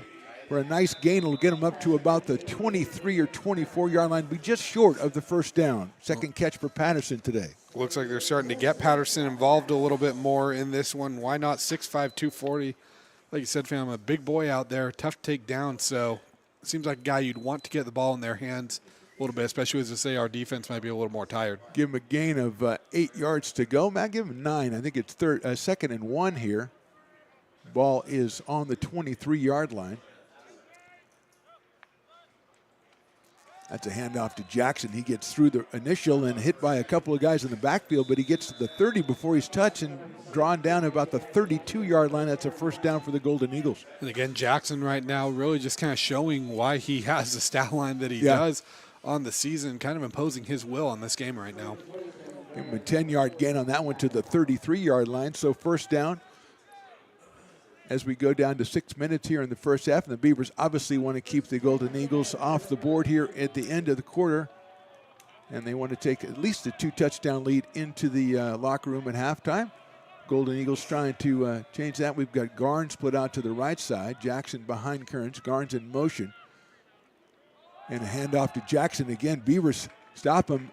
Used a couple of the extra body theory there, Jordan, and just slowed him down until they can get enough guys to stop him. Yeah, and I think that's a key right here, too, is now you kind of got Feather River behind the sticks. And, we've noticed when they have the Beavers on their heels is when they really start making plays. But the moment they start kind of getting backed up a little bit, it feels like that's when they start to implode a little bit. So we'll see how the Beavers kind of keep it down on this one. Jackson will actually drop for a 1-yard loss, so 2nd and 11. Valdez out to right. Memo Valdez goes to the right, number 10. Almost time for another end around here, Jordan, as we've seen a couple of them here, and there's one in motion. This time they're going to call. I think we had another motion call against the Golden Eagles, and that's been something as we wait for the call to come down from the referee. Yeah, it's going to be, you've talked about it. You got a lot of guys moving around, and I know they've done it all season, but sometimes you get newer guys that come in and haven't played as much, and that time it just seemed like it was chaos almost. Yeah, it really does, and that, feels like not only the 4th procedural penalty we've seen, but 3rd or 4th time they've been already behind the sticks or out the line of scrimmage, or the original line of scrimmage, and then a penalty backs them up even further, so just self-inflicted errors here. Well, I don't know if that was going to be the end around, but that's the way it was shaping up to be. 2nd and 16, ball on the 27. Garn is in motion again, and they're going to get another. It looks like the same scenario we just saw. So whenever that guy goes in motion, he's doing something the referees don't like. Yeah, I was just thinking the same thing. If you're Feather River, you kind of need to talk to him and talk to the Yeah. referees and be like, what is it that you're seeing that we can correct here or adjust here? Because it seems like there's some type of little motion that is upsetting them. And now you're right back to where you started this drive at. Yeah, that seems like the kind of thing where you say, well, we've been doing this all year, and no one's called it on us, and now all of a sudden I got flags flying. Valdez splits out to the right along with Patterson. Kearns with Jackson behind him. He's going to turn around. He's going to hand it off. No, he holds on to it. A good move. He goes out to the left side and is out of bounds at about the 30 or 31-yard line.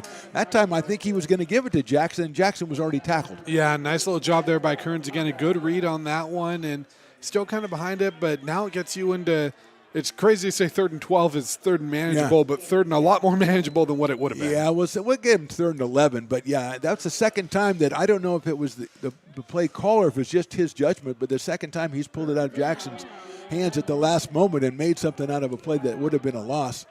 So 3rd and 11, 4:14 to go in the half, ball in the 32, and everybody's surprised by it. Kearns is going to run it. He throws a little flip pass, and the Beavers close in on it, and they're going to get it down. I think we had a flag coming out late.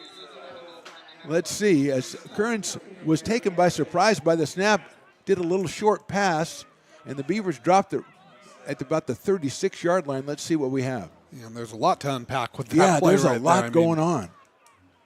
They're really keeping us on our toes up here. Well, he threw the ball at the last moment, and I thought the flag came from the near side here, and I think maybe we're going to get a legal receiver downfield is the call. I think the Beavers will probably decline that and bring up a 4th down.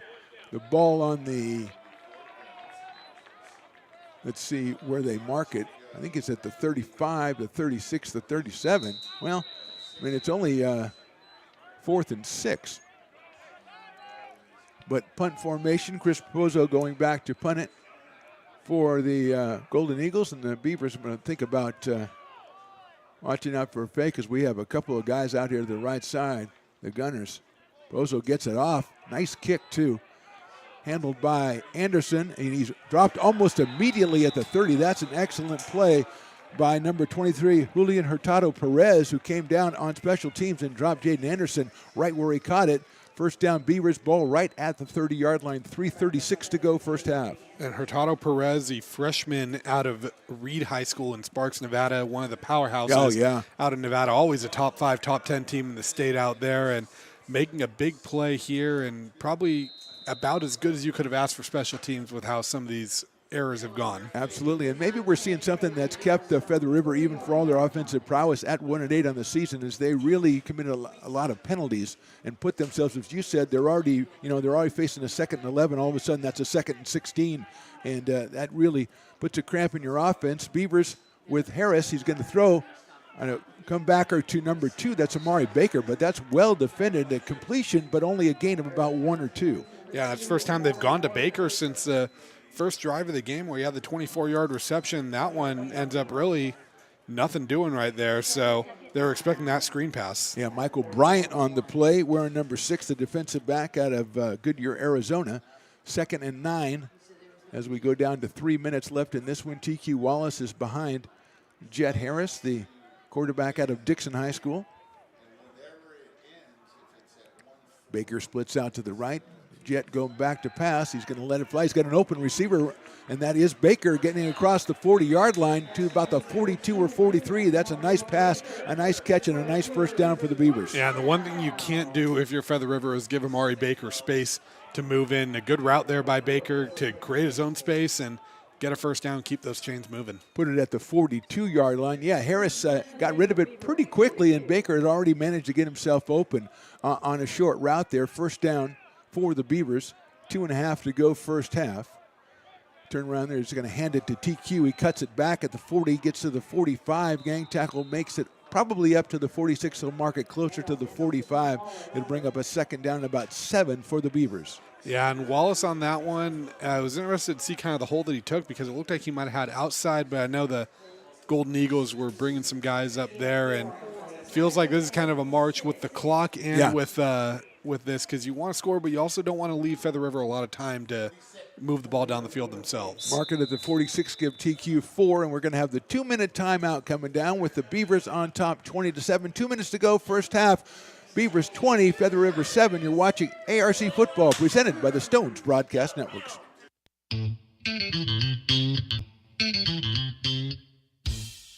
I love baking. I've been doing it my whole life. Grateful Bread was started because I needed a job. It always used to seem like bread was just an afterthought, and which was always kind of disappointing. But now, as not only people, foodies and people eating, they're expecting better quality, and people notice it, they can see it. Lincoln Potters Baseball. Placer County's best-kept secret is back for another exciting summer at historic McBean Stadiums. Loaded with fun for the whole family. Local beer, wine, and eats. Fireworks, giveaways, theme nights, kids zone, and more. Come join in the fun and enjoy small-town baseball with Major League Entertainment. Tickets on sale now at LincolnPotters.com. Lincoln Potters Baseball. Come on out and join in the fun. Back out to Beaver Stadium. 2 minutes to go. First half, Beavers on top 20-7. Mark the Phantom Low here with Jordan Georgeson. Stones McCoy on the sidelines. Riley the engineer and Chris the scoreboard operator up here working on the crew with us. We got 2nd and 6. Ball on the 46. TQ Wallace next to Jet Harris. He will go straight back to pass. He's got time. It's a screen pass coming to Correa, but it's closed down quickly and maybe a gain. Actually, no gain for the Beavers on the screen pass to Correa. Give credit to the Golden Eagles, set up a 3rd down and 7. Yeah, I think they sniffed that one out right away. I mean, it felt like kind of setting up for that screen pass and end up, it might have, like you said, no game, might have even been a loss. Yeah. And now for the Beavers, decision time because 1:35 left. You want to still be aggressive, but you don't want to give them the ball back with a chance to go down and score. Beavers send in motion. That is Jaden Anderson, who sets up on the left side. Here comes pressure. Harris gets rid of it. He's got a guy across the middle, but throws it too low, and it is incomplete. It looks like he was looking for Xavier Porter there, but Chris Stanley ends up getting tripped up. I don't know if their feet got tangled up. He wanted a flag because I think he thought he could have intercepted it, but it's going to be a punt instead. Actually, knocking him to the ground gave him a better chance at intercepting it because the ball was low. 1:17 to go, first half. Mentioned the Eagles with no timeouts left. A couple of those injuries, I think, cost them their timeouts. According to the scoreboard anyway, there's Landon Richardson's going to let it go. Gets his foot into that one. Nice. It's going to be a hitting at the 25. Rolls into the 20. Down inside the 15. The Beavers are playing the sidelines perfectly with the kicking game. That ball is marked down at the 11-yard line. 1st and 10, Golden Eagles. I mean, it's almost like watching a hitter that can, like, hit the ball down the foul lines in a way. You know, you start to think it's a lucky bounce with a football, but when you're doing it a couple times, it feels like it's on purpose. And what is it, though? Yeah, that's a good point. So we'll see how the Golden Eagles choose to play this one. 1st and 10 at their own 11. They put up a couple of good defensive stances here, even after it got to 20-7, Jordan, after the Beavers had the onside kick and then this latest possession. So the Golden Eagles coming up pretty well on defense. Kearns is out there with Jackson behind him. 2 right, 2 left for the wide receivers. 1:07 to go, first half. He's going to go straight back to pass, short on the right side and caught by Memo Valdez, but he is dropped right about the 14-yard line, a gain of 3, 2nd and 7, and time goes on. Yeah, and Valdez had to go up and get that one, too. I think if it's a little lower, he could have had a shot to make a play, but he was just met with a blue wave of defenders right there and not really any room to work. Maybe setting something up with that short pass, but still only 45 seconds to go, and they're going to turn around, they're going to hand it to Jackson. Beavers are going to just try to shut that down inside the 20-yard line. Bring up a 3rd down. More importantly, you just don't want to let him get any kind of an opening because we've seen what he can do. Yeah, definitely. He's one of those guys that you really just don't want to let him put the ball in his hands. And the way he's running the ball, too, I mean, even with the clock against your side, if you're getting 15 yards a carry, you're still in a position that you could run the ball and be moving the chains. Absolutely. So that gain gets them out to about the 18-yard line where it's going to be 3rd down. We've got a timeout on the field. So, Jordan, as we look at the first half, I don't think it unfolded. Maybe the score is kind of what we thought, but I don't think the half unfolded the way we saw it. Yeah, it's kind of a weird situation where I think if you're American River, it's the least comfortable 20-7 lead you feel like you have right now. And if you're Feather River, you're kind of looking at that going, it feels like this should be closer than 20-7 right now. So, I mean, 30 seconds left. It still very well could be going into the half, but this this is kind of a weird situation right now where it almost could feel demoralizing if you're Feather River if you go down 2 scores at half thinking we played a pretty good first half. Yeah, I was going to say. They're still ahead that way. They've done some pretty good things. Now, they've obviously got penalties. They've had way too many penalties, and 4 procedure penalties, something like that, which is what you don't want to have that happen. So let's go back. It is 3rd down, 3 yards to go. Hand off again to Jackson. No, it's held by Kearns. He's going to throw the short pass to Patterson, who gets out of bounds, gets the first down at the 25. So the scoreboard says no timeouts. Obviously, Feather River did have timeouts. They have 2 left, according to my friend here, Jordan Georgeson. It's a first down at the 24-yard line. So they opted for the short pass and get the first down and give themselves. They got 25 seconds, Jordan, and now with the timeouts, maybe they could do something. Yeah, I think so. I think right now, though, you have to take a stab deep. You're backed up pretty far. Yeah. So if you're AR, I think you're comfortable knowing they're going to try to go deep on you. So Kearns in the shotgun. Beavers jumped offside. It looked like maybe Colin Bray, and a short pass and is incomplete. And the receiver paid the price for that ball being behind him as he was knocked to the ground. So Bray actually timed the count pretty well. No flag on the play.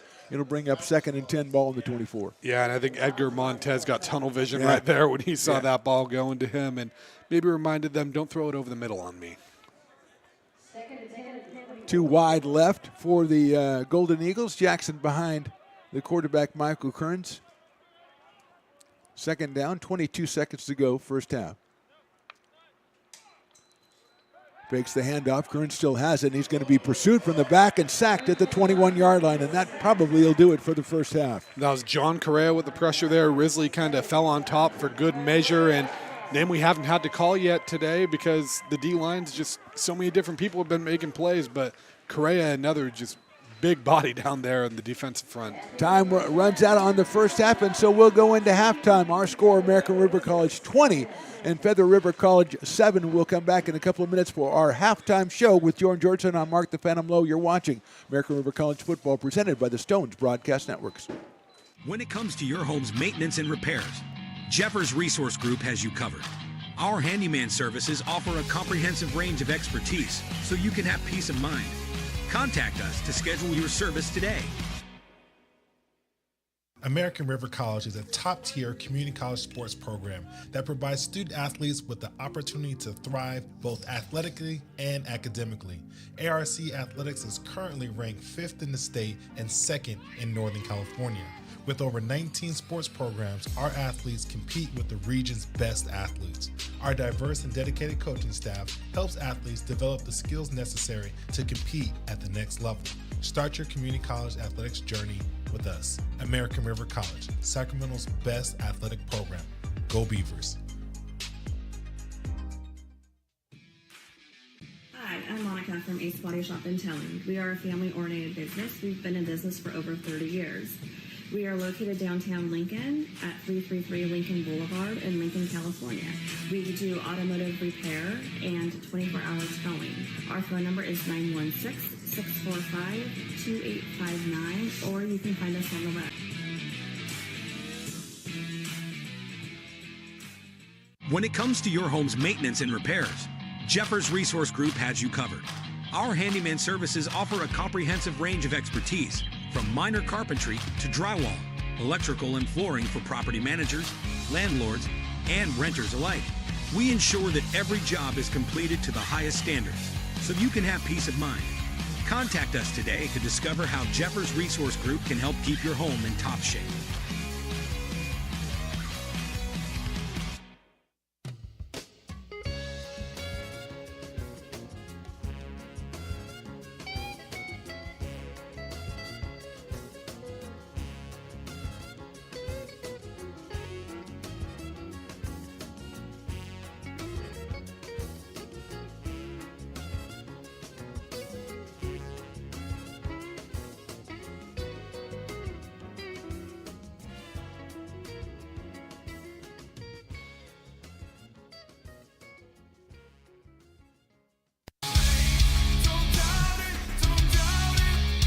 Got dragged there, and I didn't. He's an actor. Oh crap! Who cares?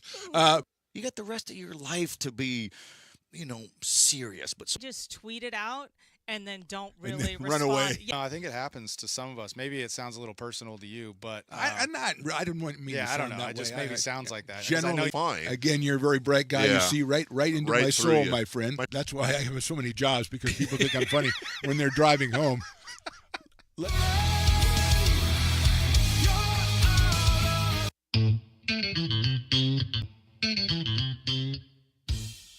I love baking. I've been doing it my whole life. Grateful Bread was started because I needed the job. It always used to seem like bread was just an afterthought, and which was always kind of disappointing. But now, as not only people, foodies and people eating, they're expecting better quality, and people notice it, they can see it. Lincoln Potters Baseball. Placer County's best kept secret is back for another exciting summer at historic McBean Stadiums. Loaded with fun for the whole family, local beer, wine, and eats. Fireworks, giveaways, theme nights, kids zone, and more. Come join in the fun and enjoy small town baseball with Major League Entertainment. Tickets on sale now at LincolnPotters.com. Lincoln Potters Baseball. Come on out and join in the fun. Here at Super Taco, we specialize in authentic Mexican food. One of the reasons we are different from other places is that we make everything from scratch. You get a great value when you come here, large portions and quality food. Our most popular dishes are many different kind of tacos. We have giant burritos, different kinds of enchiladas, and the fajita. If you're ready for real Mexican food, stop in at a Super Taco. We love to see you.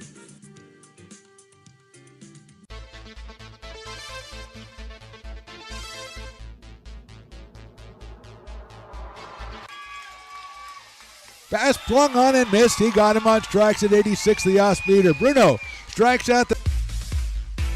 He's going to look that way. Now he's going to look down the middle. He's got a guy wide open at the 18 kid. That's Robert Freeman. And Robert's trying to make a couple of moves. He comes back to the 15, comes down to the 10. He gets a block to the 5.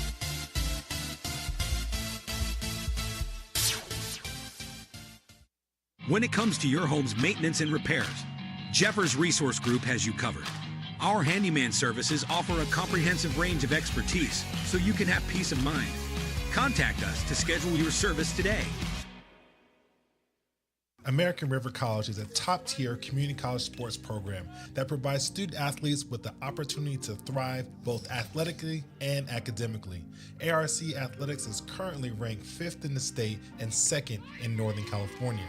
With over 19 sports programs, our athletes compete with the region's best athletes. Our diverse and dedicated coaching staff helps athletes develop the skills necessary to compete at the next level. Start your community college athletics journey with us. American River College, Sacramento's best athletic program. Go Beavers. Hi, I'm Monica from Ace Body Shop in Telling. We are a family-oriented business. We've been in business for over 30 years. We are located downtown Lincoln at 333 Lincoln Boulevard in Lincoln, California.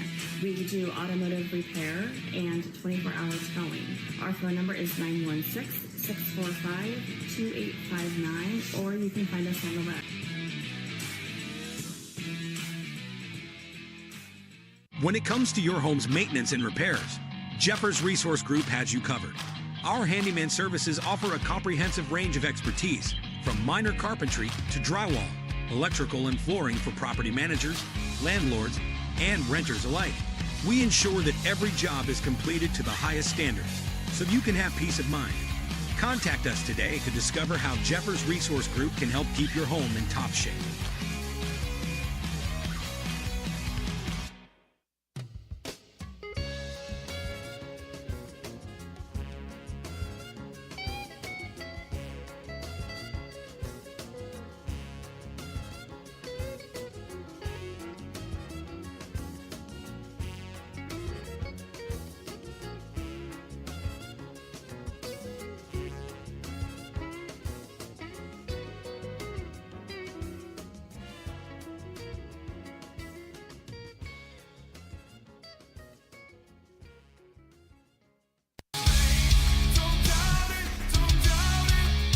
Got dragged there, and I didn't. He's an actor. Oh crap! Who cares?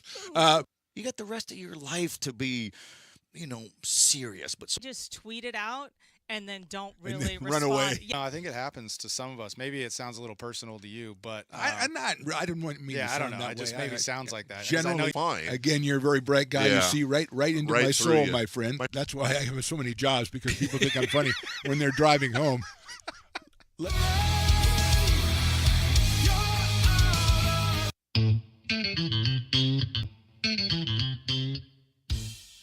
Oh, I love baking. I've been doing it my whole life. Grateful Bread was started because I needed a job. It always used to seem like bread was just an afterthought, and which was always kind of disappointing. But now, as not only people, foodies and people eating, they're expecting better quality, and people notice it, they can see it.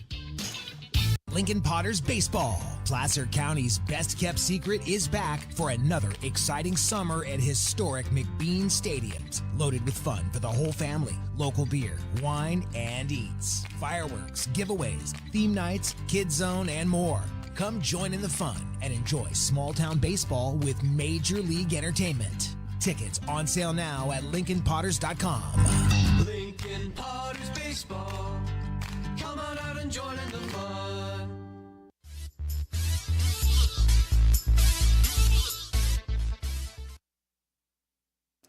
Welcome to the ARC Halftime Show, presented by Taylor Builders.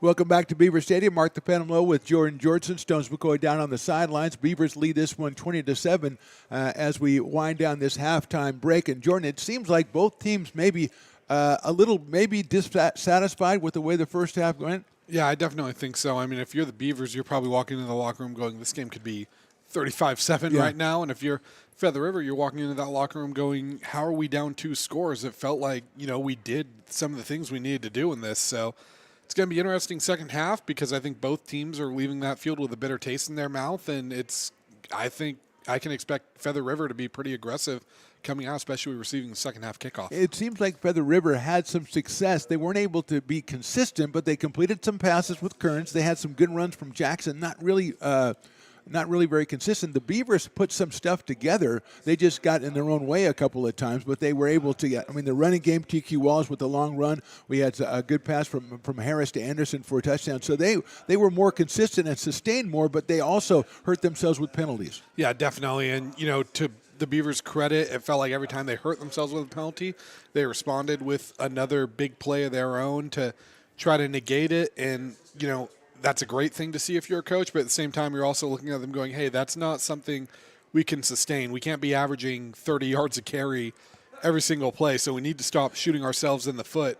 And, on the same side with Feather River, it feels like, every time they have a big play, it's when is the sack going to come? When is the penalty going to come? When is the negative play that's going to kind of put you behind the sticks and start this bad snowball effect? Yeah, for Feather River, we talked about it in the pregame. They like to give the ball to their wide receivers, and you speculated maybe the end arounds, the fly sweeps, and that's exactly what we saw. And it was successful for their touchdown run, but after that, they kind of got themselves into trouble not being able to run that play effectively. And I think that's something they really rely on. Jackson has been really good. He's been stopped, probably for no gain or loss about a half dozen times maybe, but he's got some excellent runs, so that part of the game is good. But it just seems like they haven't got the mechanics, and they're not able to use that one weapon in their arsenal. Yeah, definitely. And it just feels like these drives for them, like we say, they have the good plays, but it feels like they just don't put enough of the good plays together to kind of sustain it. And, we saw the great kind of double reverse type of thing that they scored the touchdown on, and they haven't really gone to that well again. And I don't know if part of it is maybe they're expecting the Beavers to kind of be ready for it next time, but I do expect that we're going to kind of see the Golden Eagles let it fly a little bit in this second half. Like we said, the last game of the year for them, coming in at 1-8, you have nothing to lose other than getting a chance to kind of spoil an unbeaten league campaign for American River. So why not kind of empty this playbook and see what you guys can do and have some fun with it? And for American River, we saw them come out the first drive and run the ball predominantly, with a couple of passes mixed in. And coming back here, a 20-7 lead as we start the second half. Do you look for them to try to establish that run and ride with that run, or maybe see a balance? Harris seemingly later in the second quarter went back to pass a little more often. I think a lot of it depends on what happens with this first Feather River drive, but I think we can expect to see a lot more of a run-heavy offense from the Beavers here, especially if you can continue to have this 2-score lead and kind of just grind this clock out. And the most important thing is getting out of here with a win, but they already have the tiebreaker over Butte and Sierra, so they already have They the got conference title clinched. I think the biggest thing is finding a way to come out with a win, but come out healthy as well and just ready to go going into next week when the postseason comes and any game can be your last. Yeah, without Elias Brown still manning a really good running game. Give credit obviously to TQ Wallace, but also give credit to that offensive line who's doing what they've done all year, which is open the holes for the running backs. Okay, that's a look at this first half. We'll come back after a short break and bring you the second half. Our score: American River 20 and Feather River 7. We're right back right after this on the Stones Broadcast Networks. Hi, I'm Monica from Ace Body Shop and Towing. We are a family-oriented business. We've been in business for over 30 years. We are located downtown Lincoln at 333 Lincoln Boulevard in Lincoln, California. We do automotive repair and 24-hour towing. Our phone number is 916-645-2859, or you can find us on the web.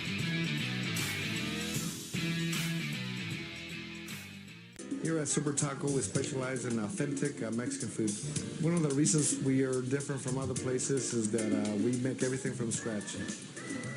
You get a great value when you come here, large portions and quality food. Our most popular dishes are many different kind of tacos. We have giant burritos, different kinds of enchiladas, and the fajita. If you're ready for real Mexican food, stop in at a Super Taco. We love to see you. When it comes to your home's maintenance and repairs, Jeffers Resource Group has you covered. Our handyman services offer a comprehensive range of expertise so you can have peace of mind. Contact us to schedule your service today. American River College is a top-tier community college sports program that provides student-athletes with the opportunity to thrive both athletically and academically. ARC Athletics is currently ranked 5th in the state and 2nd in Northern California.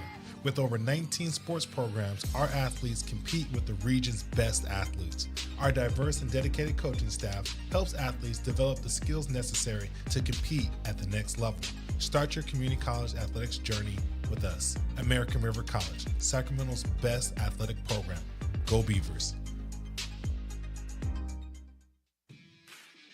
Hi, I'm Monica from Ace Body Shop and Towing. We are a family-oriented business. We've been in business for over 30 years.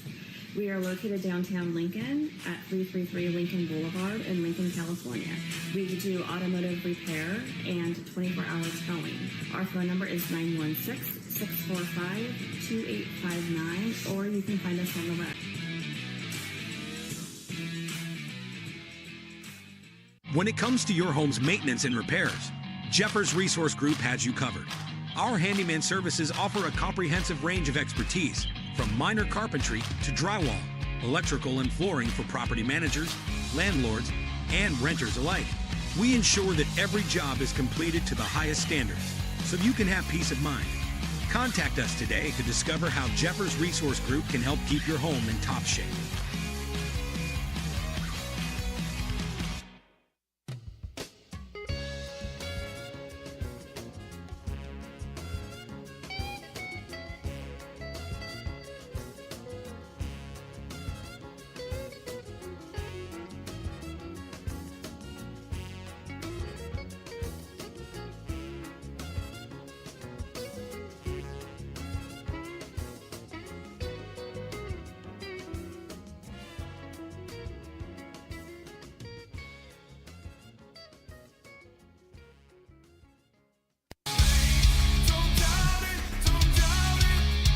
Got dragged there, and I didn't. He's an actor. Oh crap! Who cares? You got the rest of your life to be, serious. But just tweet it out and then don't really run away. No, I think it happens to some of us. Maybe it sounds a little personal to you, but I didn't want me. Yeah, to I don't sound know. That It just way. maybe sounds like that. Generally, fine. Again, you're a very bright guy. Yeah. You see right into Right my through soul, you. my friend. That's why I have so many jobs, because people think I'm funny when they're driving home.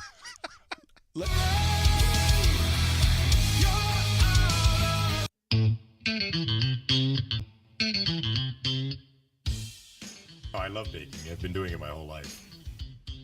Grateful Bread was started because I needed the job. It always used to seem like bread was just an afterthought, and which was always kind of disappointing. But now, as not only people, foodies, and people eating, they're expecting better quality, and and people notice it, they can see it. Lincoln Potters Baseball. Placer County's best kept secret is back for another exciting summer at historic McBean Stadiums. Loaded with fun for the whole family, local beer, wine, and eats. Fireworks, giveaways, theme nights, kids zone, and more. Come join in the fun and enjoy small town baseball with Major League Entertainment. Tickets on sale now at LincolnPotters.com. Lincoln Potters Baseball. Come on out and join in the fun. Here at Super Taco, we specialize in authentic Mexican food. One of the reasons we are different from other places is that we make everything from scratch. You get a great value when you come here, large portions and quality food. Our most popular dishes are many different kind of tacos. We have giant burritos, different kinds of enchiladas, and the fajita. If you're ready for real Mexican food, stop in at a Super Taco. We'd love to see you.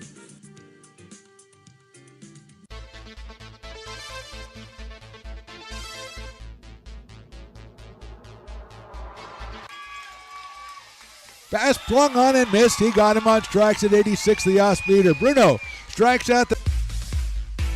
He's going to look that way. Now he's going to duck down the middle. He's got a guy wide open at the 18 kid. That's Robert Freeman. And Robert's trying to make a couple of moves. He comes back to the 15, comes down to the 10. He gets a block to the 5.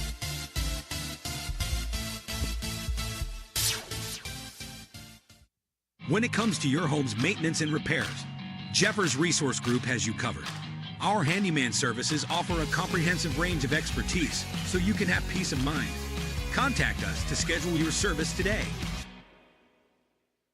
American River College is a top-tier community college sports program that provides student athletes with the opportunity to thrive both athletically and academically. ARC Athletics is currently ranked 5th in the state and 2nd in Northern California.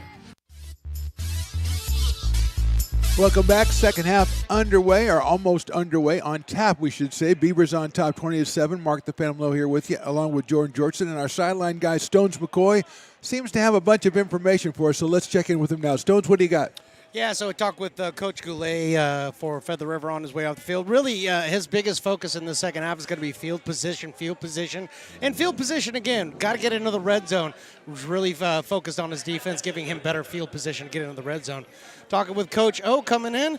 His focus is on this third quarter. He likes the way things have gone in the first half of this game, but he thinks this game can be won right here in the third quarter. So big focus on the defense and starting strong here. Go ahead. I'm sorry, I just wanted to check and see if there's any injury updates at all from the first half. Yeah, so going back over to the Feather River sideline, 57, Rylan Lopez came back in, actually re-aggravated that hammy, so it does not look like he'll be returning in the second half. And number 8, Sohan, non-contact injury, just chest injury. He's been taken off the field. He will not be returning for this game. Okay, so that really affects the running game for the Beavers. Thanks, Stones McCoy. We'll come back and talk to you one more time before this one is all over. So you hear that, Jordan, with Sohan very impressive in the first half of the first half, and not coming back. TQ Wallace obviously up to the task, but you like to have that option if you're the Beavers. Yeah, definitely. It's going to be interesting to see how the Beavers play this because, Wallace has looked good, but your next running back is Hakimi Anderson, and really with Anderson, we've seen him kind of be used more as a blocker and a fullback type a lot more. So we'll see if maybe he starts getting some touches here. And, we saw him in high school at Wood Creek, and he was one of the most electric backs in the section, helped lead the Timberwolves to their first section championship appearance ever. So, we'll see if he's up to the task if he starts getting some carries here. Beavers will kick it off to start the second half. The Feather River Golden Eagles from our left to our right. It's a little pooch kick, go inside and covered at the 32-yard line by Trace Patterson. So Beavers has shown a little variety here the last game of the season, Jordan, on their kicking game. Yeah, definitely. And I think this is a game to kind of work on. Like we said, you have the conference title locked up already. You have the playoff spot locked up. So why not maybe try to do a few of these little things to see what you can get working. And as Stone said, Coach O thinks this game could have been won or can be won in the third quarter. I'm thinking that might have been part of that game plan right there. Let's be aggressive and try to get this ball back. Well, he woke him up between the first and second. Let's see if he can do the same between the second and third. Michael Kearns is in the quarterback for Feather River. He's got Janarius Jackson behind him. Turn around and hand off to Jackson. He's got a little bit of a hole. He'll get up to about the 35-yard line, see if the Beavers can stop him there. It's a gain of 3 to start the second half. It'll set up a 2nd and 7. And right now, I think the Beavers are kind of really the main focal point of that halftime had to be how are we going to stop Jackson and kind of limit this rushing attack, because it feels like if the Golden Eagles are going to stay in this game and if they're going to kill the Beavers right here, Jackson is going to be the path for that. Yeah, I wouldn't think they could do it all through the air, so they're going to need the ground component. Second down, a short 7 ball just outside the 35 for the Feather River College Golden Eagles, and that is mishandled snap. Cairns gets it away and gets it to Patterson. Now it is knocked away by the defender. So a kind of a sloppy play from the beginning, knocked away by the Beavers. Defensively, will bring up a 3rd down and 7 yards to go. Yeah, and like you said, Phantom, a sloppy play that almost turned into a good play. But Zaire Fortune, the DB out of Will C. Wood High School over in Vacaville, makes a play there. And he's one of multiple Will C. Wood guys that have kind of stepped up in this secondary. Not a school that usually produces a ton of collegiate talent, but a few great Beavers out of there. Yeah, the Beavers have gone through a couple of different defensive backs. They've had a lot play very well, but they've been hurt by injuries in that position. 3rd down, ball on the 35-yard line. Motion again for the Golden Eagles. It's going to be Kearns back to pass. He's looking through the middle. His pass is incomplete, and it looked like the only guy in the area. There goes the flag that I thought, because number 70 was the intended receiver, and I don't think you're supposed to do it that way. You're definitely not supposed to, but you know what? I mean, we don't know with Feather River. don't know. You got 76 catching punts, and sometimes maybe, hey, shake it up a little bit. Yeah. Maybe their coach is a big fan of William the Refrigerator Perry. You never know. I mean, who wouldn't be? It's going to be declined illegal receiver downfield, as we speculated. So, more importantly, I think if you're the Feather River, there was really nobody else in the area that Kearns threw the ball except for number 70. No, not at all. And I think that's kind of the problem with some of these screen passes too, is if it takes too long to develop, these linemen start getting downfield, and that's when you start getting those penalties. That's the second time we've seen that today. Jaden Anderson back at about the 30-yard line to receive the punt from Raposo here. He gets it out. It'll be probably angled out of bounds, and it will be considerably out of bounds. Let's see where they end up marking that. And they're running it up to about the 40-yard line, which, Jordan, I'm trying to be, down the middle. That's about where I'd mark it. Yeah, I think so. And, I mean, it's always one of the more inaccurate things of it football really is is. A referee kind of looking up, being like, I think it was about right there. Guy just keeps running up the sideline. Yeah, I mean, even the NFL, there's no real official way to do it. So, well, you talked about that first drive, and that first drive was short for the Golden Eagles. So the Beavers coming out, and, you think that they have the mindset, let's really put this away, put some distance between the two teams. Is that first drive just under a minute for the Golden Eagles? TQ Wallace, the running back, we'll see a lot of TQ, we think, here in the second half, and he will take that handoff and try to pick a hole, go outside, but nicely defended. Got away from one guy, but the second defender comes in and drops him for probably no gain. It'll be second down. Maybe got a little bit, 2nd and 9 or 10. Yeah, great pursuit there by the Golden Eagles. I mean, Wallace breaking a couple tackles, but just felt like every time he spun out of one, he was met with another white jersey. And like you said, it'll be interesting to see what it is with Wallace here. Does his offense, or the rushing attack particularly, become a little more one-dimensional with kind of one back that's really comfortable getting carries now? Yeah, we've talked about that for 2 seasons. It seems like the Beavers have a little change of pace here and there and makes it tough for you to defend. And now they've got TQ taking the burden, and he cuts that one back and gets to the 45, out to the 46, dropped right around the 47-yard line. So a nifty gain of 6 gives the Beavers some options as they face a 3rd and 3 here early in the third quarter. Yeah, that's a good response right there if you are Wallace, because it kind of shows, hey, we can still get this running game going. And 3rd and 3, like you said, you have options now. That screen pass. We can still run the ball, quick pass. I mean, a lot you can do here. It looks like Jed Harris has come over to the sidelines. Let's see. Aiden Van O's number 9 has come in, the freshman out of Tracy. And he will take the snap here. 12:40 to go in the third quarter. They snap it to the running back. That's TQ Wallace. He tries to cut back. He's going to get right around the 50. I don't think he quite got there. So, Jordan, a little change of pace, misdirection for the Beavers. Not really successful as they're short of the first down. Yeah, that was kind of an interesting one because it looked like the direct snap actually went to Wallace, and it Yes, was like it did, a read option with the running back faking a handoff to the quarterback there. And, 4th and 1, it looks like the Beavers will go for this. And I've always been a firm believer that if you can't get 1 yard on 4th down, you didn't deserve the football to start with. Well, yeah, especially when you've been running the ball up the middle pretty well. It's 4th down, 49-yard line. Beavers in the tight formation with Harris. He'll hand the ball off to Hakeem Anderson. He gets by one. I think Hakeem might have fallen across the 50-yard line. That's a tough run for Anderson, but he got the first down. Yes, he did, and good job there by Anderson, kind of barreling forward. That's what we saw from him through all of high school, and at that frame, I mean, sitting there, 5'9", 215, I think a bowling ball is the best way to describe him.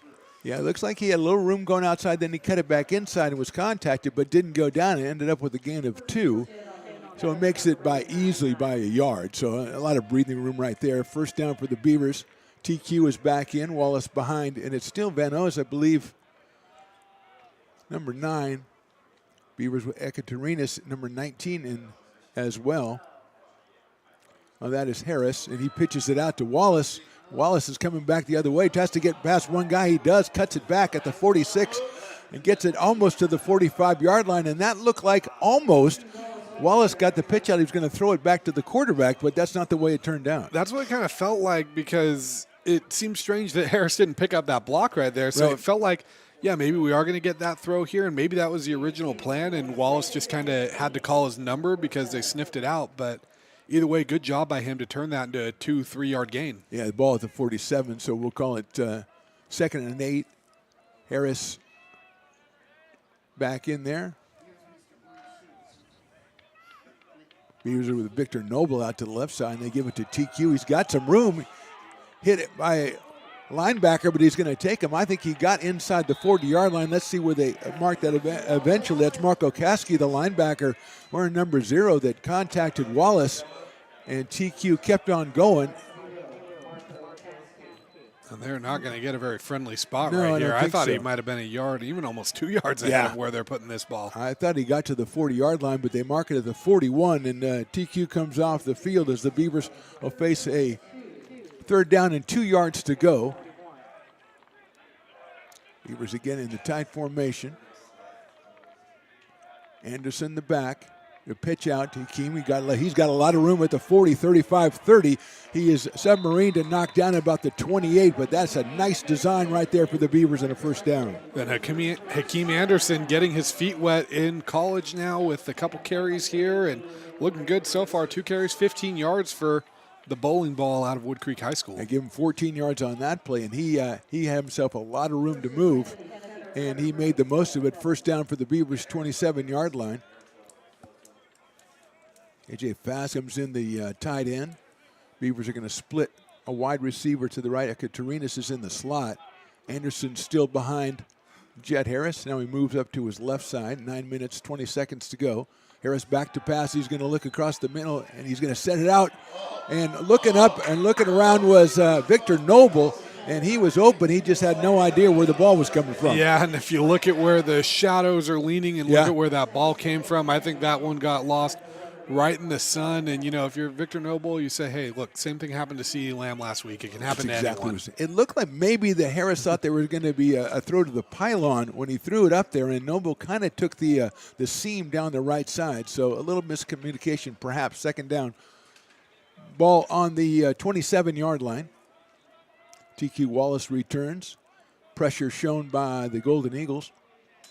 TQ will take it right up the middle, and he'll be hit at the 22 and keep going down to the 20-yard line. And the fact that they were showing pressure, Jordan, almost spread them too thin across the front line, and TQ almost punched that one through. Yeah, and Wallace also showed off his power right there, putting his shoulder down in that one. And great run there by what I heard someone in the press box call Mr. Orange Shoes, which I think is probably the nickname he dreamt about having as he grew up. I gave him that nickname 2 weeks ago. I called him TQ Orange Shoes Johnson. Or Wallace. People in the games I'm not here? Yeah. Well, I rename people a lot, but there goes Orange Shoes again. Trying to get outside, avoids one tackle, rides the block to the 15, knocked out at about the 10-yard line. So Orange Shoe, I forgot I gave him that nickname, but now it's all coming back to me. Another first down as Wallace continues over 100 yards rushing on the day for the Beavers. Yeah, big day for him. I mean, Wallace has really kind of shown that he can be a back that can handle the workload. And if you're Coach O going into the postseason, knowing you're going to be getting Brown back soon, it's got to make you feel good knowing that we have a few different backs now that we can turn to and feel confident moving forward. Well, it's something we saw last year when it was the Fab Four, and all four were getting a lot of carries, and this year is kind of growing into that with Anderson maybe coming in at number 4. Van O's comes back in, it looks like. We're in number 9. Wallace gets the snap, fakes it to the quarterback, and runs around the left end. Great block by Baker, springs him, and he is knocked out right about the 1 yard line. Amari Baker comes in from the left end position, throws a great block, and Wallace will get it all the way down to the 1, a gain of 8. And a great hit there by Aiden Hall, too, the freshman out of Spanish Springs High School on the D-line. 6'4", 245, a big boy in there, number 42. And, yeah, Hall, saves a touchdown. And, it could be one of those that feels kind of fruitless effort, but at the same time, if this turns into a field goal or a stop, that could be a play that you look back on in this game. You never know. Harris comes back in. Hakeem Anderson also back in. Beavers in the tight formation. Anderson gets the handoff, tries to punch it up the middle, and makes the dive, and he is in for the touchdown. Hakeem Anderson scores from 1 yard out, and the Beavers take a 26-7 lead pending the extra point by Cam Smith. And if you're Coach O, that is exactly how you wanted to start the second half. You end up getting a stop, and then you come out here and you make this now a 3-score game, and this just feels like one of those backbreaker drives, and we've seen there be a snowball effect, and that feels like one that can start this. Smith will try to put it through to give the Beavers the 20-point lead, and then I'm sure they're going to get some talking on the sidelines about let's stop them this one next drive and really put some space between us. Smith puts it up, and he puts it through, and now the flag on the play comes in afterwards. We'll see what the call is here, but for the moment, it's a 27-7 ball game. It looked like Smith got hit there on the player attempting the block. I didn't see the number attempting it, but usually when your kicker's getting helped on the ground, off the ground, there's laundry. That's the call that they're going to make. Let's see if that'll be assessed on the kickoff.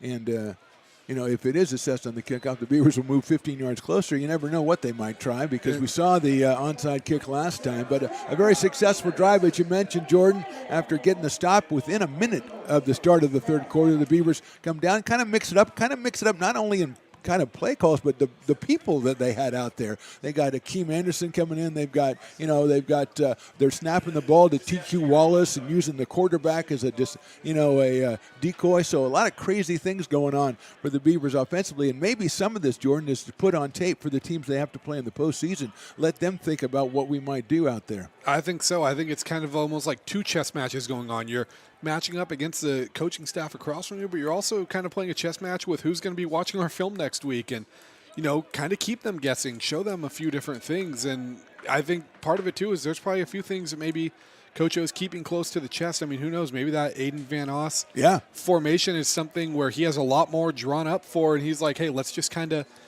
get our feet wet with it a little bit, see what we can run out of it, and then next week, or 2 weeks, whenever this playoff game is, we turn it loose. The 30th, I believe, will be the first round. The Beavers will find out who they play probably, I would think, by Tuesday or so of next week. I mean, it's contingent on the action going around Northern California today to determine the 4 teams for the playoff spot. College of San Mateo, I think, is already in, winning their conference. So the Beavers obviously have already won their conference, but as you mentioned, they're trying to put it away here. And Smith is going to just boom that one out the end zone. He should have tried to kick it to the inflatable helmet.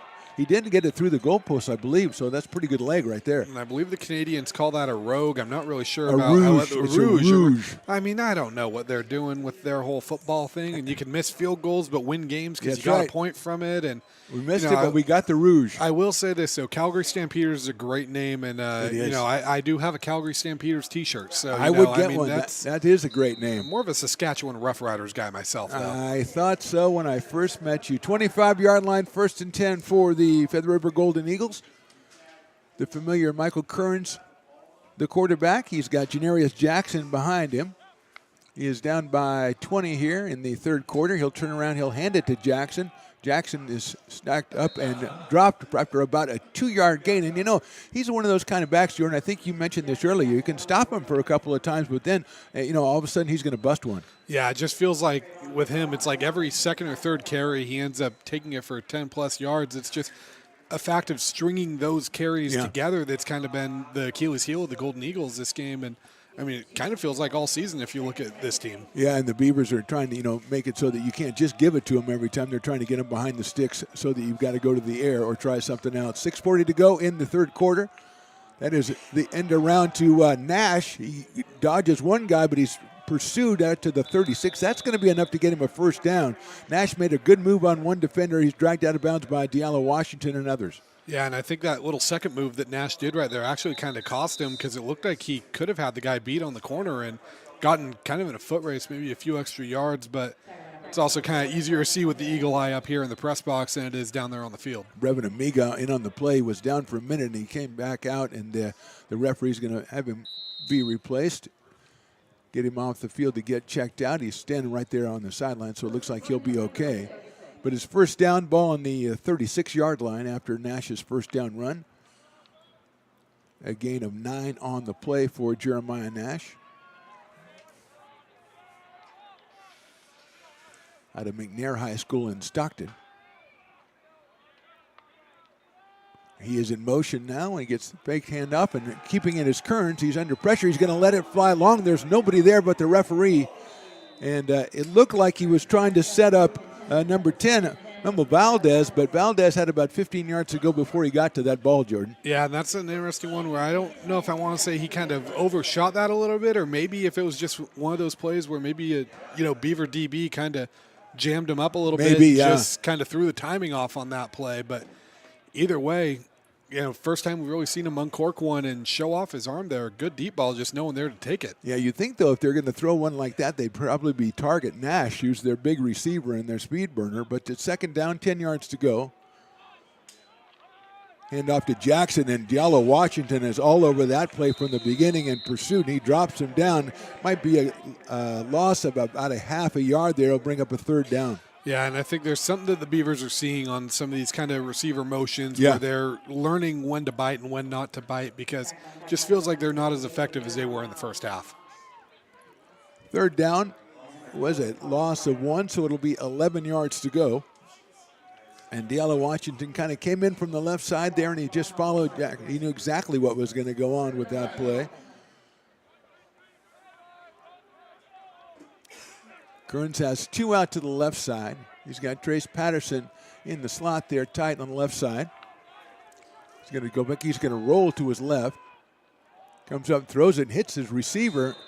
That is number 8, it looked like there. I think he might be short of a first down, though. That is Begenzer, who is the guy who ran the touchdown in earlier in the game for the Golden Eagles. Yeah, the first time we've called his name since the touchdown. That, looks like he was short, but it also doesn't look like they got a friendly spot necessarily either. And this is definitely 4-down territory, I think, with the time remaining in this game and just where you're at right now. Yeah, I thought he was about a yard short if he went out of bounds right where it looked like he did, because he had to get to the 46, and he's at the 45. So 4th and 1, you'd think a big call for Jackson here. But the Beavers can't afford to overlook anybody here. More motion. Jackson gets it, and he is tackled. He might not have got there. Let's see. That's going to be really close. The far, and they're going to call it a first down, so Jackson will get credited for 2 yards and the first down here, 1st and 10. The ball will be right at the 46-yard line. Yeah, Chain Gang was getting excited there. They were starting to go out saying, my time to shine for a measurement, and they said, no, not so fast, my friend, first down. I wanted to do a measurement. If you're a Chain Gang and you don't get to do a measurement, were you really a Chain Gang? They say it doesn't even count. I don't believe it does. I'm sure you still get, massive paychecks and stuff, though. Well, they get paid by the measurement. They do. Oh, my gosh, that's too bad. I'm glad that's not true in real life. 4 minutes to go, third quarter. Nash in motion. The handoff, actually Kearns is going to hold on. It looked like there was a hold in the backfield, but Kearns gets loose, throws it down the line, sideline, and it's wide to the left. It looked like the Beavers got held, one of the pass rushers. Let's see if we've got a flag called on the play. Jordan seems to think there is. Looked like Risley was kind of putting a headlock there, and he's even showing the referee, I think. He's like, look, my jersey's all messed up. And does he show him the tear in his jersey? This is what happened right there. Holding offense. Yeah, it looked pretty obvious that he was going one way and then all of a sudden he was going the other way. Yeah. And it wasn't in a positive way for the Beavers. So that's a penalty for the Golden Eagles to put them behind the sticks. We've talked about it all game, Jordan. That's what they've done so many times, is put themselves into situations where they've got to come up with hero plays to get first downs. Now it's going to be first down and 20, so they've got time in this possession as far as the downs are concerned. But it's going to move them all the way back to the 36-yard line. Patterson in motion. He's just going to reset. Jackson's going to roll to his right. A quick throw is cut on. A beautiful job by the defensive back. The intended receiver was number 14, and he was the defensive pressure came in behind him. The ball was a little bit overthrown, and so it now ends up with an incomplete pass. Yeah, and Slade Wilson there providing the coverage, and this Beavers secondary feels like they've really woken up in the second half, and they're starting to make some plays. And right now, I mean, it looks like unless the Golden Eagles are getting this run game going, they just can't really find a way to move the ball. Yeah, Slade Wilson, a name that Coach O mentioned to me when I talked to him this week about a guy he's really expecting to come through and get his chance, and that's exactly what happened on that play. Ethan Garn was the intended receiver. Jackson will get the handoff and get through. He's got some room. He cuts it back. Beavers come up, and they almost knock the ball away, but Jackson is still going. He's still on his feet. 35-30, 25-20, cut from behind by Diallo Washington. And Jordan, that's exactly what we talked about with Janarius Jackson all the way down to the 13-yard line. And that's exactly what you needed. Probably the best run we've seen from either team today. That was fantastic. I mean, Jackson, I think he just ran out of gas from breaking all those tackles there. You could see he was winded when he got in the open field and kind of sat there for a second. It looks like they're going to give him a rest. They got to 40-yard gain by Jackson, and it's not just a 40-yard gain. He might have broken a tackle by every member of the Beaver defense on that. Jalen Ward, number 30, who has carried the ball 40 times all season. So he is over 4 yards a carry. He'll come in and spell Mr. Jackson here. First down, ball on the 14. Kearns is looking to pass. Now he's rolling out to his right. Pressure by the Beavers. He'll throw that one away. Beavers almost knock it away. And he didn't really throw it away. He had a receiver, Patterson, down on about the 3-yard line. Tremendous defensive play by the Beavers, number 25, Jonah Ardoin. We've said his name today more, I think, than we have all season, Jordan. Yeah, we definitely have. And, good job there by him kind of being there. And that was, another coverage incompletion. Good pressure there by Correa, too. A name that was kind of quiet in that first half until that last drive of the half where I think he had 3 tackles and a sack. So feels like this Beavers defensive playmakers are kind of starting to wake up. Second down, ball on the 14. Ward still the running back behind Kearns. Going to look to his left. The throw is a back shoulder throw and a little bit too far behind the intended receiver. And that will bring up a third down. Kyle Valdez, the intended receiver on that one. Third down, ball on the 14. Yeah, and I think the Golden Eagles are trying to get them guessing a little bit with some different formations. But again, 3rd and 10 now. We see Jackson come back in. Sure. This is a big third down here because at this point now, 2:55 left in third. Everything's 4-down territory when you're down 3 scores. Yeah, and it seems like if you don't have Jackson in the game, if you're the Beavers defense, you're not really honoring the run at all. So I mean, it's a situation where Kearns, when he doesn't have Jackson, the Beavers expect him to pass, and now it's 3rd down and 10 yards to go. Again, 4-down territory, so not necessarily have to be a pass here, especially with Jackson in the backfield.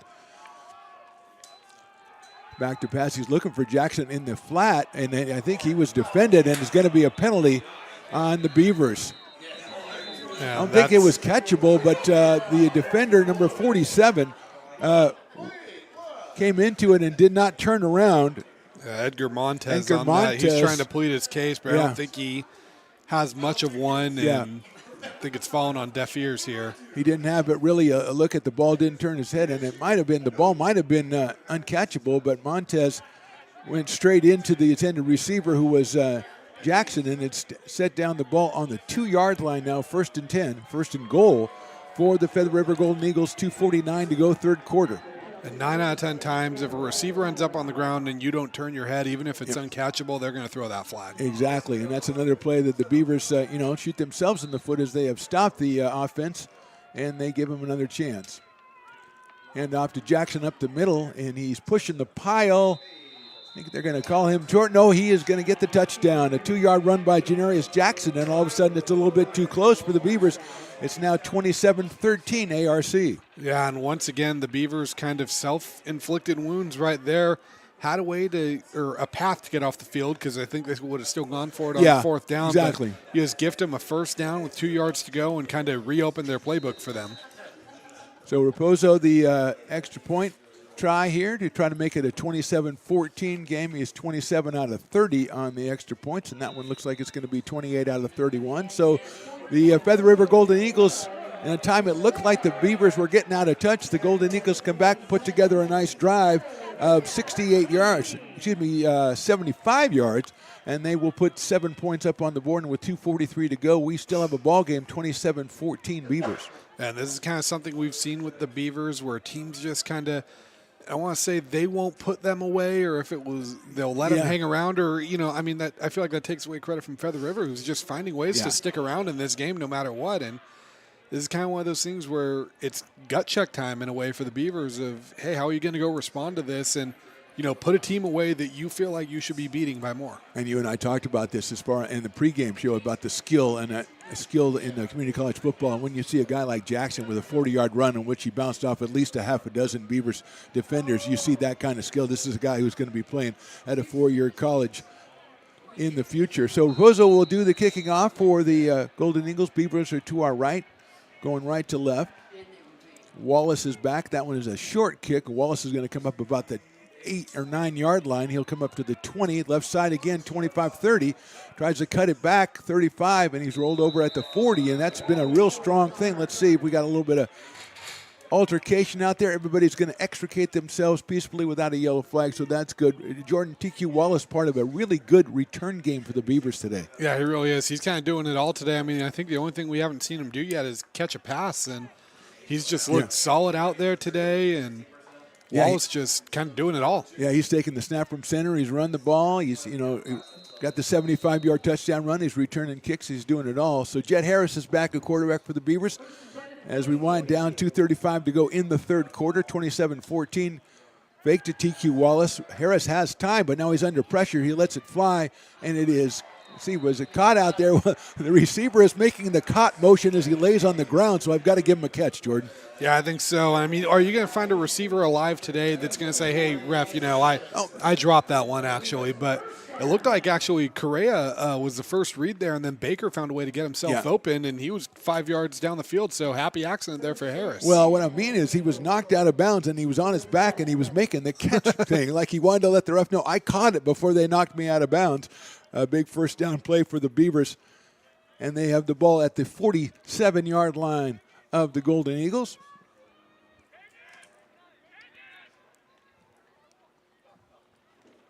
Pitch out to Wallace. He's got a little bit of room here. Comes out to the 45-40, runs into a defender.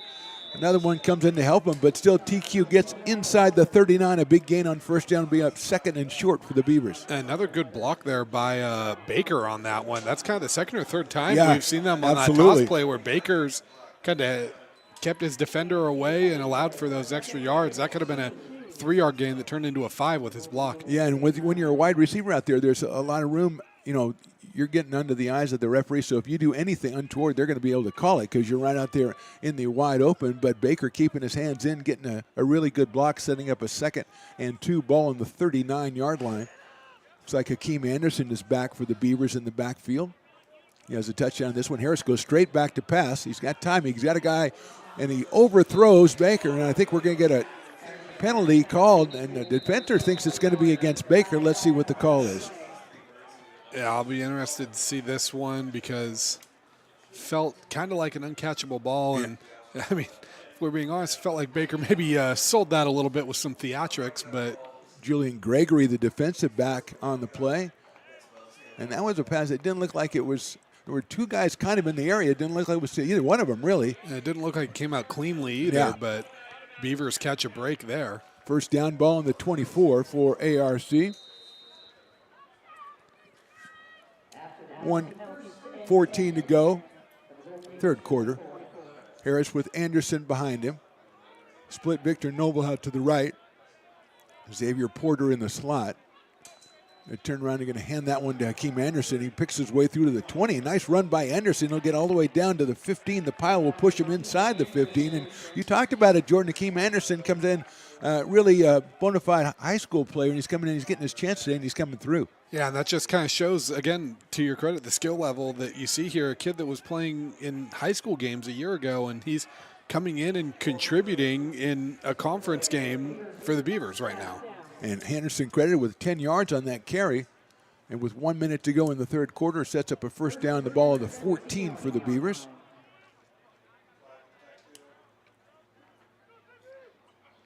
TQ Wallace is back in. He swings out of the backfield. Harris has a lot of time. He lets it fly to TQ. He might have had Correa open in the end zone. He picked TQ Wallace at the goal line. It was a little too high and uncatchable. 2nd down and 10 at the 14. Yeah, and Wallace still almost got that in with one-handed. I think he might have heard us saying he hadn't caught a pass yet, but comes in, like you said, I think he had another guy open, but went with Wallace, and thankfully it just falls incomplete, and you live to fight another down. Well, down near the goal line, you don't usually wait for it's not really the wheel route from the running back. You usually try to hit him quickly and give him a little bit of room. So 2nd down, TQ still in the game behind Jet Harris. He'll hand it to TQ. He tries to kick it out to the right side. Going to have to outrun one defender. He does. 10-5, cuts it back. He is in the end zone. Touchdown, Beavers. TQ Wallace. This is a coming out party for TQ Orange Shoes Wallace today, Jordan. The big day for Orange Shoes. I mean, you got to think if he had something like blue shoes, red shoes, he wouldn't be putting together a No, there's no like way. This. I mean, no way. It's the Orange Shoes, and great run there by Wallace. And again, you kind of get that touchdown back. And again, we see the Beavers get punched in the mouth and punch right back. And the one thing is, Wallace, a kind of a scat back, if you will, but he took a hit inside the 5-yard line and bounced right off to get into the end zone. And he's done that a couple of times here today, showing the toughness out of TQ Wallace, out of Franklin High School. And Cam Smith on to put on, hopefully, the 34th point of the afternoon for the American River College Beavers. No, they're going to fake it. And the holder goes right in. That's Julian Vasquez. And he said, I don't know when that one was called, but he was going to go in. He had Cam Smith the option to Jordan. He had a lot of options, but he had nobody in his way. And wide open for him to just trot in for that one. And again, that's big because that turns it into 35-14, makes it back to a 21-point game now. That's right. They make up for that one they tried earlier when it didn't quite work, when he tried to throw it to Risley.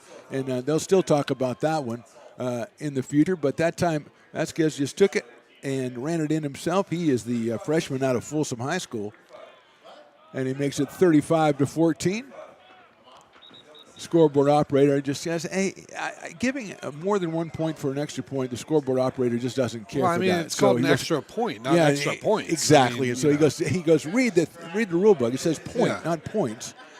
But we eventually tell me how grammar works? I mean, I think I can't. You're a big writer guy. Well, some say. Some say. I do want to mention, a couple of things. We'll wait.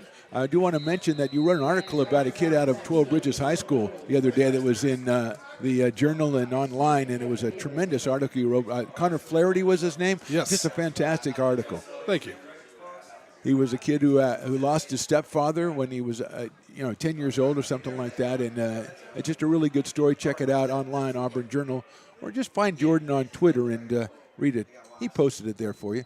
That kick is going to roll out of bounds. Finally, the luck runs out, Jordan. The football gods were not on his side on that one. Couldn't keep it in bounds, and that'll end up at the 35-yard line. Also want to mention our buddy Joe Davidson being named to the California High School Football Hall of Fame, I believe it was. A great honor for a great guy. And I know you've had many conversations with Joe. He kind of like sets the template for guys in your business. Oh, absolutely. He's been the gold standard in this area for a long time, an honor well-deserved, and an honor that, it still feels like it's coming too late with everything he's accomplished in his career. Absolutely. You don't realize, because he's so youthful looking, how long he's been doing this, over 3 decades. So we have the quarterback, number 15, that's Brady Osen, is back in the game. We saw him a little bit in the first half, and he will under center for the Golden Eagles. He's back to pass. He's going to run to his left. Beavers with pursuit. Can't try to get him, and he'll get out of bounds. And that was very lucky for Brody, because he was under pressure from a couple of different Beavers. He'll end up out of bounds at about the 32-yard line, a loss of about 2. And the one leading the pressure there was Maloney Sefa, the freshman out of Center High School. First time we've kind of called his name this season. And good pressure there by him. And it's nice, again, to see how many different moving parts the Beavers have on this defense and how many different guys can contribute. So Osen take a second down. It'll be 12 yards to go, ball at the 33. He's got Jackson behind him. He'll turn around. He'll pull it out of his belly, throw a quick pass. It's caught for minimal gain. It'll be run out of bounds at about the 38-yard line. It took a lot of guys to get Trace Patterson out of bounds as we find the end of the third quarter. So we're headed down to the last 15 minutes of this one. Our score after 3, Beavers 35 and the Eagles 14. We're back after this.